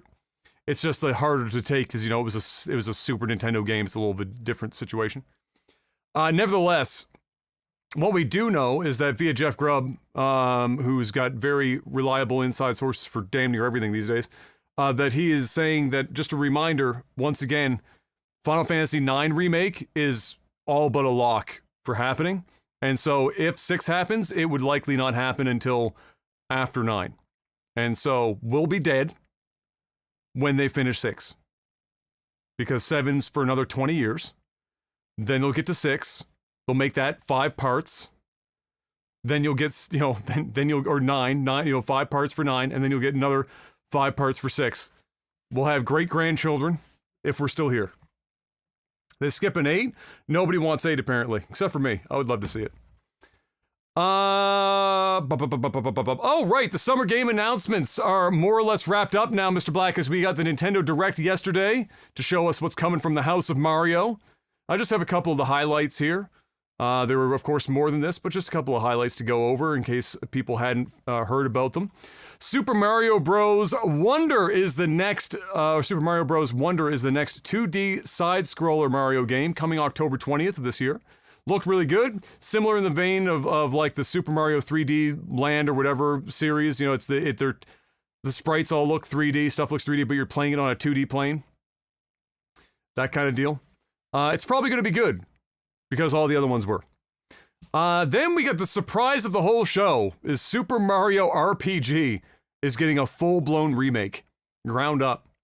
I definitely never saw this, you know, coming through. I'm pretty sure the original was a Square release. And so I didn't think that we were going to get something like this ever, but here we are. It's happening. And the music's been completely redone. Everything, you know, ground up kind of rework. And that's also coming this year, November 17th. And so that's got a lot of people very excited. That's one of the more... in the Mario pantheon, you'd call it a cult classic because it's not a Mario that a lot of people would associate necessarily in the main line unless you were of a certain age and you were into it when it came out. But there you have it. You're getting it happening. Then we saw that Princess Peach is going to get her own game where she's going to star as the main character. We don't know more than that. They just made that announcement. The game is coming out in 2024. Pikmin 4 got shown off, which comes out on July 21st, so that's real soon. They also announced the Pikmin 1 and 2 HD versions, which are available now. You can grab those now if you're in for Pikmin. Lots of people excited for Pikmin. Mario Kart 8 Deluxe will never fucking die. They will be cranking out fucking content for Mario Kart like 8 Skyrim, Deluxe. man. It just keeps coming. Bro, they've sold so many copies of this game. I don't blame them. They sold all of the copies. All of them. I mean, they've sold so much that when I'm at yard sales, I usually see Mario Kart 8 at just about... Not even Deluxe, but 8? If they're... Well, Deluxe, whatever. Oh, okay. 8, Deluxe, whatever it is. If there's video games, there's Mario Kart. It's in every house. I don't know why you get rid of it. It's a really good game. I mean, like, it's one of those games that, like, yeah, it's been around forever. We're making fun of it. It's like 14 years old now. But the shit just keeps on hitting. And nobody else is doing a kart-like series that even holds a candlestick to them, so they can just get away with doing shit like this.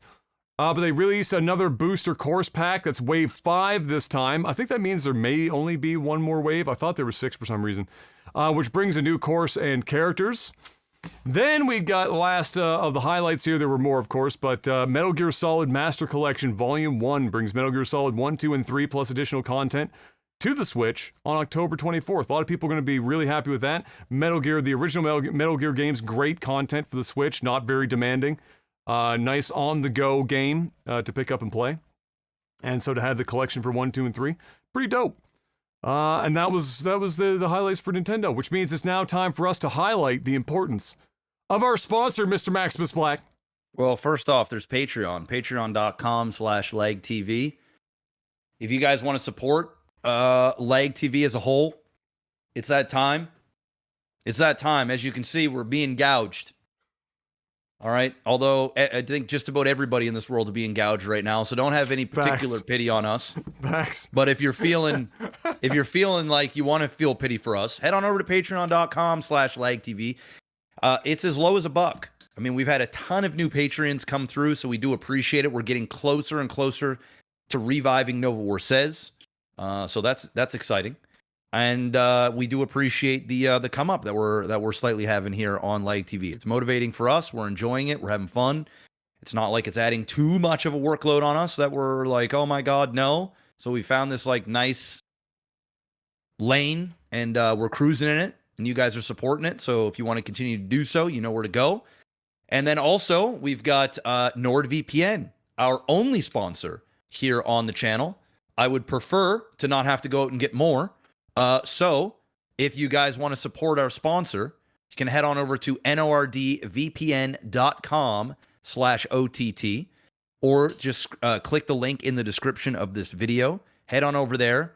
When you use the promo code OTT, you get a massive discount plus 1 bonus month, 30-day money-back guarantee. So if you don't like the service for any reason at all, within 30 days, you can get your money back. Guys, you can stay safe and anonymous when you're on the internet. You can watch different regions of Netflix at the click of a button by masking your IP to a different region, unlocking different types of shows and movies that are only available in certain regions. Not only that, you can unlock region block content on the internet, period, point blank. Twitter, YouTube, websites, you name it, you can get past it with a VPN. It even works in China as well. So, pretty much worldwide, you can go ahead and take advantage of NordVPN. And we didn't even talk about the good stuff. You stay anonymous and safe on the internet. You have anonymity. So when you're out there doing whatever it is that you want to do, you can do it securely, privately, at your home, or if you're traveling. Don't let people steal your information. Don't do that. Don't let these websites track what you're doing and get your information so they can go and sell it. Bypass all that with NordVPN. And guys, it's less than a grande cinnamon dolce latte at Starbucks. And in fact, I got one for the first time since before COVID. Oh, shit. Just got one like 2 days ago. Drank half of it. Cost me $7. How to drink half of it or the whole thing? I drank half of it. Cost me $7. No, I mean, did it cost you $7 to drink half of it, or was it? Well, technically, yes, but I could have had the other half. All right. But yes, you can do so much with this, guys. Super easy to use. You can use it on your smartphone, your Mac, your PC. They've got an app virtually for everything. So head on over there, get yourself NordVPN. Use the promo code OTT. We want to continue to keep working with these guys. They've been great to us. Without them, we ain't got a sponsor on the channel. So head on over there, support them, support us, and yourself, all at the same time, and use the promo code OTT. That's it. And now it's time for movies and TV. I have nothing in this list except for these two barely noticeable fucking things because I couldn't find shit in movies and TV, so maybe you have something I don't know. Poor Tom, Mr. Tom Cruise, talking about people cutting into your wallet. This man has been out there fighting for his life to get his next Mission Impossible movie to be on IMAX screens for longer or at all, because for some reason somebody thought that it was going to be a wise decision to try and co-have this movie out with Oppenheimer. I gotta be honest, Tom. Between Oppenheimer and a Mission Impossible movie, one of those two movies belongs on IMAX. Mission Impossible can be seen off of IMAX, don't make a goddamn thing. Oppenheimer? I mean, I fucks with both. I really like the Mission Impossible movies, so I'll see it in IMAX. They're just gonna have to split it up. This is the way it is. By the way, Siva, thanks for the $10 super chat. Oh, did we miss a super chat? We did while we were talking about hype chats. Ironically, yeah. So anyway, we appreciate that. If you're still here, sorry, I was on a rant. Adam was on a rant. We just get into the zone. But yeah, no, I'm kind of with you. If I had to choose between the two on which one I want to see in IMAX, it's Oppenheimer. Okay. Yeah. Let's just say it what it is, because I can watch Mission Impossible on Adobe screen or a regular movie theater screen, and yeah, it's not going to be as grandiose and big, but Oppenheimer. It's either Mission Impossible fucking 7 or 8 or 9 or wherever they're at, or Oppenheimer, Christopher Nolan filmed in IMAX. Yeah, I'm voting that, but I'm in for both. Bro, you know what I just thought of? I don't remember the last time I went to the theater. I might be able to guess, but it's been so long since I've gone to the theater and saw a movie not in IMAX that if I were to go to see a movie on a non-IMAX screen, my brain would be confused. Yeah. Like, it's been so long. The last movie I saw that I can think of off the top of my head in a non-IMAX theater was The Other Guys. That's how long it's been. I exclusively go to the theater to see IMAX. Well, you're not a moviegoer, content. So like you're really going for like big tentpole movies. I'm going there to get my shit blown up. Yeah. In IMAX. Yeah. I'm not going there to watch two people fucking make out on screen for 45 minutes on a fucking, a bigger screen than I've got at home. Whoop-de-doo, Basil. I want to go there, and short of being the guy that was crazy enough to buy the fucking front row center Oppenheimer 70mm meme, I want to go there and get my shit fucked up by IMAX. And so that's kind of what I do. I just go to IMAX screens. Well, it's a good way to go. Hey, if you're only going to go to maybe one movie every other month or every 3 months, better be IMAX. It's got to be Fucking IMAX. It's got to be IMAX. Got to be. Martin Campbell, the director of Casino Royale, believes that Henry Cavill is unfortunately too old now to play Bond, since they tend to sign for 2 to 3 movies at a time. Of course, Cavill is 40. If he started tomorrow, he'd probably be 50 on the last movie. And according to Martin Campbell, that's a little bit on the older side than they are he ain't shooting on the old, for. bro. Fuck off, man. Henry Cavill's a fucking stud. He looks like he's 35. Okay. Yes. And you know, you give the guy enough juice, and he's fucking in Hollywood. At age 55, he's gonna look 40. Okay. So I mean, the thing is, I mean, let's be honest. He's gonna look younger than Daniel Craig did. Oh, 100%. At any point in time. But that was the appeal. I think what they're doing, though, is they're going with the younger Bond. So, and that's the reason why he's too old. You know, I still would have preferred Idris Elba. Give me Idris Elba as Bond. And he's even older. And he's even older. Oh, yeah. Yeah. He's got to be 50. Is he 40? Is he 48 now or some shit? He's got to be pushing 50. But I just think they're going with a younger Bond, right? So it is what it is. Same with Superman. They're going with the younger Superman. Yeah. So I mean, now the guy that they're eyeing for Superman looks like fucking Superman. So I'll give him that. For Bond, they say the front runner is Aaron Taylor Johnson, who I tried so hard. Hollywood's tried hard to make this guy a movie star, bro. I can't see him visually. Now, like I said in the notes here, if you asked me back in the day before Daniel Craig did the first Bond movie, is Daniel Craig James Bond? I'd be like, you're fucking high. There's no universe in which Daniel Craig is James Bond. And then he did it, and I was like, God damn, this guy is James Bond. But do I think Aaron Taylor Johnson is going to take me by surprise? Well, did you see Bullet Train? Maybe, possibly. It's Bullet Train. It stars Brad Pitt, and they're on a train. Yes. It's a bunch of assassins. Yes, I did see that. Aaron Taylor Johnson is in that movie, and he's kind of got for the first time watching him, I could see it. Where I'm like, okay, I can see it. You know, change his haircut, put him in a suit. You know, I actually can see Aaron Taylor Johnson as Bond, as a younger Bond, and then kind of growing into the part as he starts aging in real life. Character starts aging as well over, the decade, 15 years. He was Tangerine? I was literally going to ask, was he Tangerine? Because in my head, I couldn't remember. Yeah. Bro, I can't. He was like, Yeah, I know. I can see it. I actually can see it. But do I want it? No. Hollywood has tried to make Aaron Taylor Johnson a movie star 15 times over. Say what? Who does he fucking know that they keep trying to make him a movie star? I don't know. Couldn't tell you. And he's been in a lot of shit, bro. He was, originally in Kick-Ass, is where he kind of got his his thing. He was in Age of Ultron as fucking Quicksilver. He's now going to be in Kraven the Hunter, which looks absolute fucking ass. It looks bad. It looks real bad. I haven't seen that. Oh, bro. Oh, man. It looks horrible. Kraven the Hunter without Spider-Man or any of that shit. It looks bad. It looks like that shit movie that what's his face was in, the actor I can't fucking stand. The weirdo that's 50 and he looks like a vampire. The one that played Joker.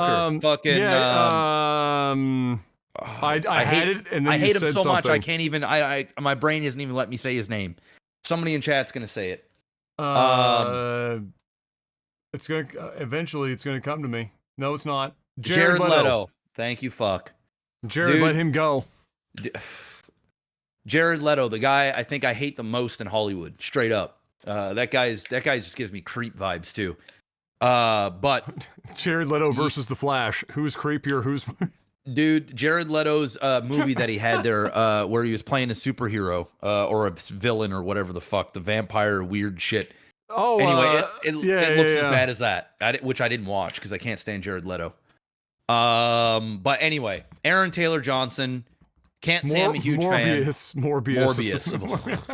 Yeah, okay. It's Morbid time. No. Yeah, no, it's good. That's a no for me, dog. But anyway, yes. I would have loved to have seen what's his face there, the one that played in all of those Bond-like movies. Young guy. The guy who was in Game of Thrones, and we've been here a million times. No. Etcher or Let me see here. Somebody's gonna say it in chat. Man, I What- don't know why my brain is just not working right now. What Bond-like movies are we talking about here? You know, the whole Kingsman.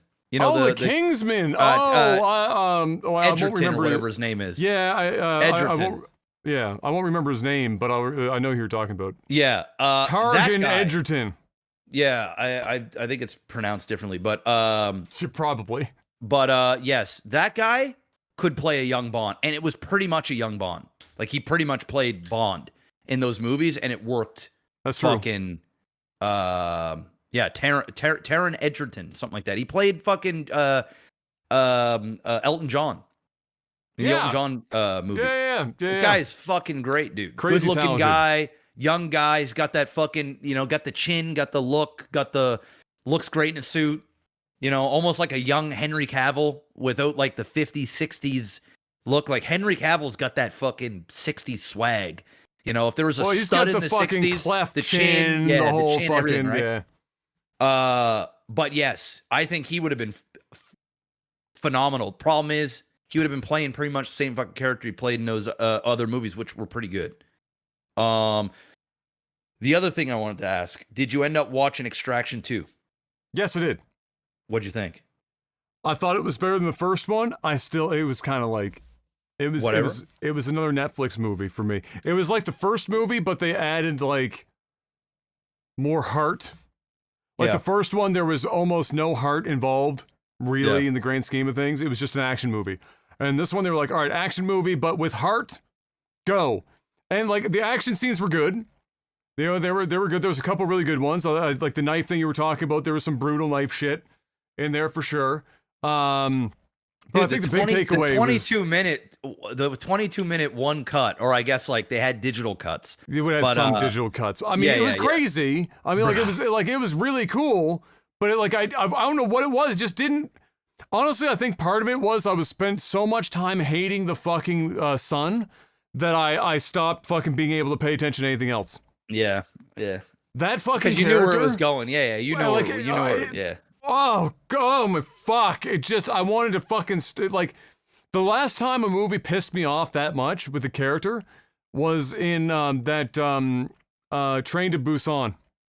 Oh yeah, that one. No, that Train to Busan was worse. Because that man. character, that dude, was like, oh, made me my fucking God. Yeah, and it was so predictable, and you're just like, dude, fuck you, man. And this kid, you knew exactly how the movie was. You knew the next hour of this fucking film. Yeah. And it's just every scene, it's the kid doing the same sniveling bullshit over and over again. I just want to walk into the screen, just fucking clap his face, like just fucking slap him in the mouth. Why are you so dumb? You're not 7 years old, you're like 17. Get it together.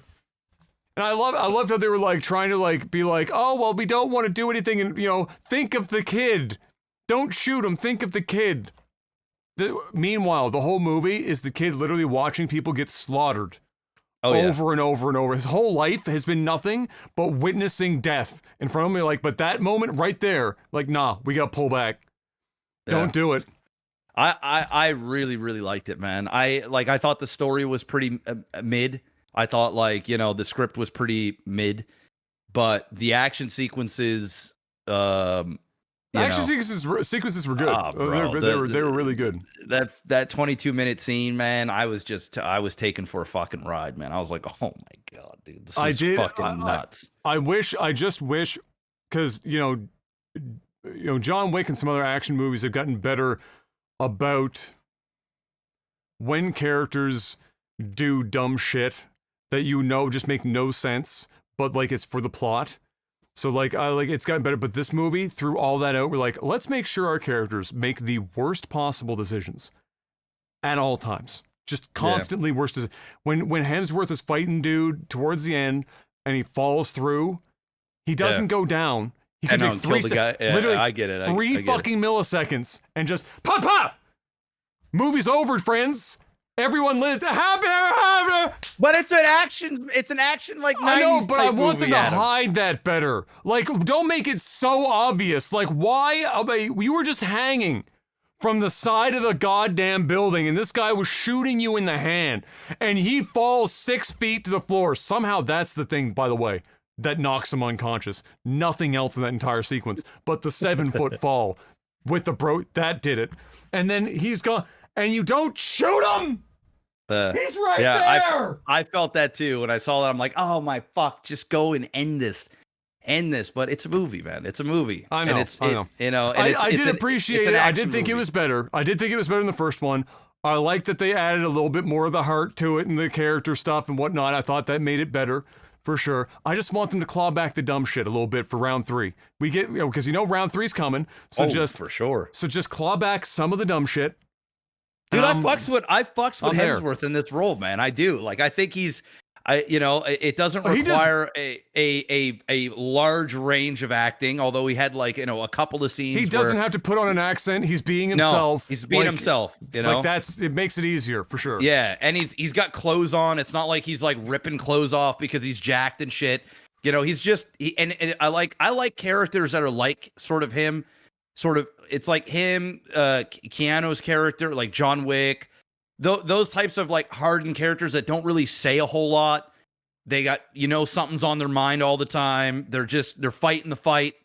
They have their own inner demons and struggles that they don't really want to talk about, and then they just kick ass. It's like they take all the frustration out on all the fucking peasants out there. And it's a satisfying archetype. I'm a sucker for those movies. It's satisfying.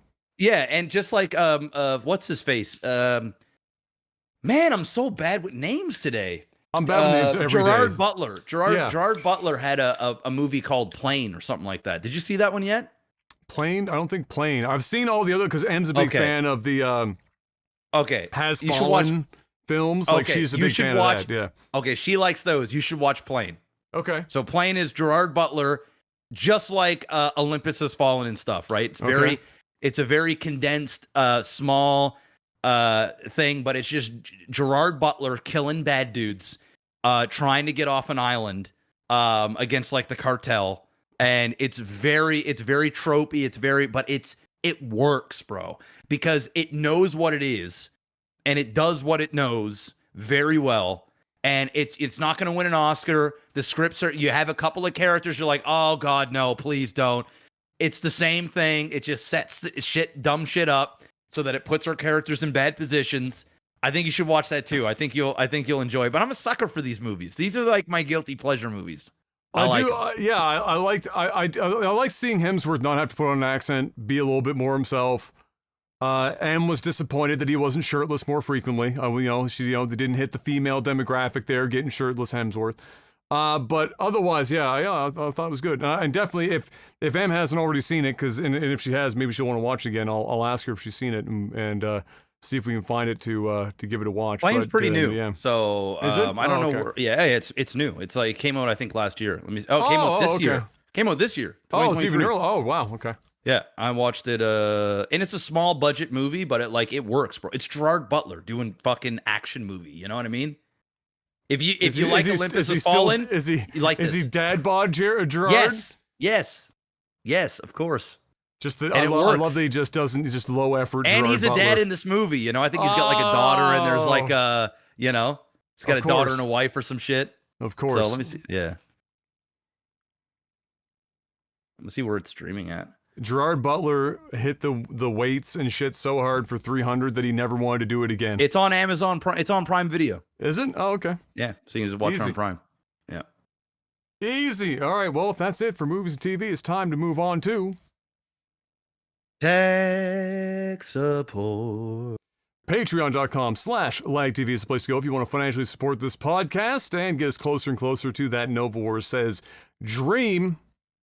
Let's see what we got. You get to ask us questions each and every week for $5 or more per month on a post I put up before the podcast. It's on the Patreon page, conveniently titled Tech Support.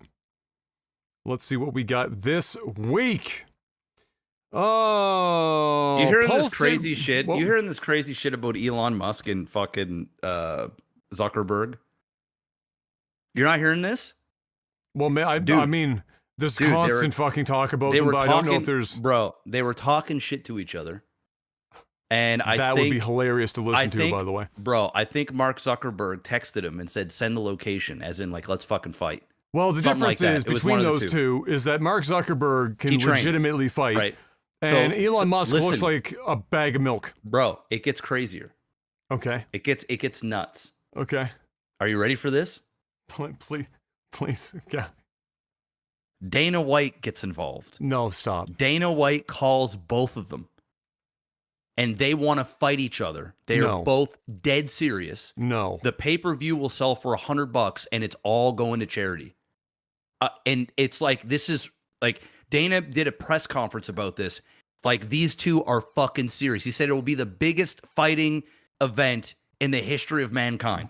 Bro, not only will that be watching the worst fight in the world, but it will be canned. Only so much damage will be allowed to be dealt out. The fucking, can you imagine the paperwork behind that shit?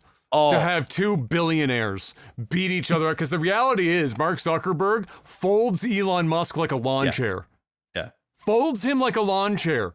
And I'm not a Zuckerberg fan, that's just reality. One trains MMA, the other, when he take his shirt off, looks like an alien. Okay? Then, like that's what we're talking about here. Not in a good way. Not like, he's on the juice. It's like, he needs to get off the alcohol kind of a situation. Seriously, Like, Dana White, I'm not joking, bro. He said he talked to both on the phone and they are both deadly serious about fighting and want to fight in the UFC, sanctioned, on pay-per-view, all for charity. And they want to bang it out. Bro, I will Best case scenario. I will pay the $100 all day. Best case scenario for this, Mark Zuckerberg accidentally turns the part of his brain off that's holding punches and just clean clocks the fuck out of Elon and puts him in a coma. That's the best case scenario here. Oh, easy there, Absolutely. killer. God damn, bro. Absolutely. This guy's open comas happen. Best case scenario. Bro, do you think I have any sympathy for either of these two gentlemen? I'm just telling you, Zuckerberg, obviously we know, Zuckerberg trained, he's gonna fuck him up. If they went off the rails in that cage, Mark Zuckerberg would tune his ass up like a guitar. It would be fucking brutal. And it's going to charity, I'm in. Sign me up. I'm paying $100. I can't believe, who the fuck stroked Elon Musk's ego to get him to fucking say yes to that? I don't know, bro. Maybe he's a fucking ninja and we just don't know about it, man. Maybe he just trains and we just have no idea. Doubt it. Not a shot in hell. Anyway, I thought I'd just throw that in there. That's when you go wild. on Twitter or go on YouTube. Yeah, I haven't seen it yet, but I'll see bro, it. there's interviews. Like it's like, I doubt it's gonna happen just because of the legal, ramifications of that with stocks and everything else. God, and it's just dude, like, oh my God. It's going to be like no contact. The helmets are going to be fucking huge. I'd still watch it. Even if it was a boxing match, I'd still watch it. True. I'd still watch. I'm still probably going to watch it for sure. Damn right. Pulsating ripe developing titties. What is the fucking profile picture for this account? Is that... It might... I can't tell. Who is your crush from OC again? Rachel Bilson. Rachel Bilson. Why did I think go with M in my head? It might be her. Anyway. Do you guys still hold any crypto? Do you think the asset class itself has any value long term? No. Well, yes. I think there'll be I think there's a place for it and there will be a place for it, but I have minimal from years ago. And that at one point I just said, I'm going to come back and look at this in a long time from now. And that's it. Do I think there's value in it? I'm willing to gamble a small amount of money on the fact that it might. But, like, here's the crypto market is a fucking shit show, bro. This ain't financial advice. But it's a fucking 5-alarm fire. Like, the regular market is a 5-alarm fire. But then you take that and you take away regulation, and it's just a fucking mess. It's a complete fucking mess. And so, do I think it has some value in the long term? I think very select few things inside of that market will, to some degree. To what degree is yet to be determined. Much of its value will largely, as much as people who are in the space don't want to believe it will be determined by governments around the world. Because if you think that crypto is just going to be like this perpetual thing where it's like a fucking, offshore account where you can just permanently hide shit, you're delusional. It's not going to happen. Because something else you might not want to admit to yourself if you're in this group is that most of the big rises and falls and shit in crypto markets and big whales and shit like that, those are all people that you think don't want to be involved in it, that have a bunch of fiat that are getting involved because they're making money off of you. It's how it's worked up to this point, still happening right now. So, buckle up, Buttercup.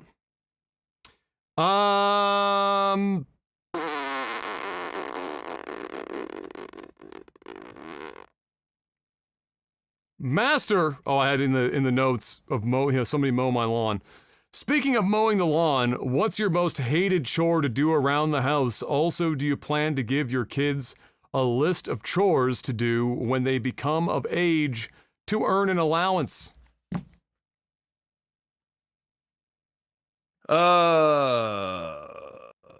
Chores. I mean, yes, but like no at the same time. I think it's just going to be one of these things where I'm going to try not to call them chores, and just these are just things that you do around the house. It's you not label really. It's a dirty word. Yeah, it's not. It's not like, oh, Kai, you got to do your chores and then you get an allowance. That's not how shit works around here. It's like, you get what you want to a degree. Just don't be a jerk and pick up after yourself and help around on the little things that you can. There isn't going to be some sort of reward thing at the end where it's like, oh, you made your bed, you took the garbage out, you did X, Y, and Z, and here you go. Or you mowed the lawn or whatever when he gets older or whatever. Here's money. It's just not, I don't think that's how I'm going to tackle the whole chores thing. It's just, it's going to be ingrained in him to just help out and be part of the ecosystem here. That's just it. As soon as you label it, like think of it, when you were a kid, I had chores for a short period of time, and then they just stopped calling them chores. And it was way easier to get me to do something if it was just not called chores. But it's like, I knew in my head, if I do these things, I'm going to get a couple bucks at the end of the week. I can go spend it on some shit. But if you just label it, it's like a 4-letter word. You say the word chores and the kid's going, damn, I don't want to do it. But if it's just like a thing they wake up and it's routine and it's like their little part of keeping the house going, it gets them feeling like they're contributing, and then they just, they get rewarded for being part of the household. It sounds the same, but it's not. You put a label on it and it just fucks everything up. Yep. But I think every dad dreams of the day they have a son, of the first time they mow the lawn, you get to drink a beer while they're mowing the lawn. I think that's I still remember Dad did that for me. First time I mowed the lawn, out on the deck with a beer. Said, have fun. Go get him, Tiger. All right, I've been roped in.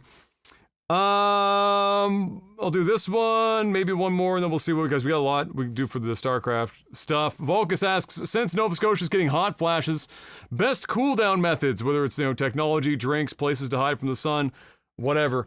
I mean, the moment I can put a heat pump in this fucking room, AC, man, it's a heat pump going in, 100%. That's pretty much like if you're doing what we're doing. If you go over to my dad's place right now and you go downstairs, it's ice fucking cold because there's no tech running. The door to the basement's just largely closed. It's cool. It is not hot. This room right now is like 30 degrees centigrade. Oh, it's Satan's asshole. It's fucking hot in here. I'm sweating standing still. So like that's you have to have a heat pump at that point. You can't get rid of the heat fast enough to be able to keep up with it. Opening a window at night and stuff can sometimes help if it's particularly a cool night. You get a couple windows open through the house. As far as drinks are concerned, like I'm weird in that I don't drink a lot of really super cold shit. But when I do, honestly, it's the one that hits. It's a bottle or a can of Coke. If it's ice fucking cold and that burn, the carbon burn hits the back of the throat, and if just fuck it's there's something about that shit. they might just as well still be putting cocaine in it because I'll be addicted as fuck to that shit for like the 5 minutes I'm drinking it. I can remember when we were younger and we'd go to the golf course and we'd get 2 or 3 cans and they'd be ice cold out of the fridge. And you first hole you crack and you just fucking hammer because we were playing in like 35-degree weather. Oh yeah, tap the lid, cracker, and just hammer it. And it's dripping with water because it's so hot outside. Yes. And it just hits. It hits different. It does hit different. It really does hit different. For me, cool down, it's either ice cold water. So like I do not like warm water. I literally need to have a shit ton of ice cubes. So that obviously quenches the thirst. It's water. And then the next thing I would say for me, the Coke one is really good. I'm not going to steal that, but it's a good one. I'm going to go with, I really like Gatorade, man. I like blue Gatorade, cold blue Gatorade. Crack that bitch open. The electrolytes just hitting it. It just hits nice. Gatorade and Powerade are like such a like. I don't know how to describe it. Like they're supposed to be basically water, but somehow even when cold, because of what's going on in there, it's got a texture different from water. Yeah. And it doesn't matter if it's warm or cold. The texture is somehow the exact same. Yeah. And it's so fucking weird to my brain. I mean, I like it when I play basketball. I lived on that shit. Like crazy, but like there's something about it. Like I feel like it doesn't coat my mouth right. It's weird. It's like a weird fucking, I don't know. But I do like me some Gatorade or Powerade when you're out there playing some sport ball for sure. All right, last one before we get into some StarCraft. Yolth asks, when Gordon Ramsay comes to visit, what favorite dish of yours are you cooking and will he be impressed by it? I think by default, he ain't being impressed by anything either of us cook. That's the bare minimum. So I guess we're just choosing what are we brave enough to attempt. You bringing out the Russian chicken? Nah, bro, fuck that. You know what he's getting? You know what this motherfucker's getting, man? A 5-egg Eggy McMaggie? Nope. Motherfucker's getting a bowl of cereal, man. I can't cook for shit. I feel like if I tried anything, if I tried to cook an egg, he'd shit on it. If I tried to cook a burger, he'd shit on it. If I tried to cook a piece of chicken, he'd shit on it. I feel like just memeing it up, giving him a bowl, putting some Vector in there, giving him the bottle of milk so that he can put as much in there as he wants, so I don't over drown it or under drown it or whatnot, and say, hey, there you go, man. I'm not even gonna insult you. That's where I'm at. Man, I don't know. I used to cook a lot more than I do now, and like I don't really have any crazy signature stuff, other than maybe like I do a beef stew is pretty good, and I'd probably be something like simple. He's not gonna like it anyway, so I might as well make it simple. So do what I did the other night when I had mom and dad over. I did a breaded haddock, and with little lemon zest, parsley, garlic, and onion powder, whatever, breaded, and then panko crumb haddock, and then like potato salad and a green salad on the side, nothing fancy, and just hope for the best. Which is bold because, giving Gordon Ramsay from the UK a fucking fish is bold. But it's bold move, I'm willing to try. He's got his own fish and chips branch or franchise too. So oh yeah, he'd be under scrutiny. Dude, that man owns so much shit now. He's into everything. There you go. That guy's making XQC money. XQC. Real. It's kind of a fucking crazy thing to say instead of the other way around, isn't it? All right, ladies and gents or gentlemen, whatever my mouth wants to try and fuck is. I'm so hot in this room right now. We're gonna go do some StarCraft casting now, ladies. We'll try and get a couple more of these questions in amongst those. Thank you very much for stopping by. Hope you enjoyed the podcast, and until we see you next week, stay safe out there. Have a good one, and peace. Peace.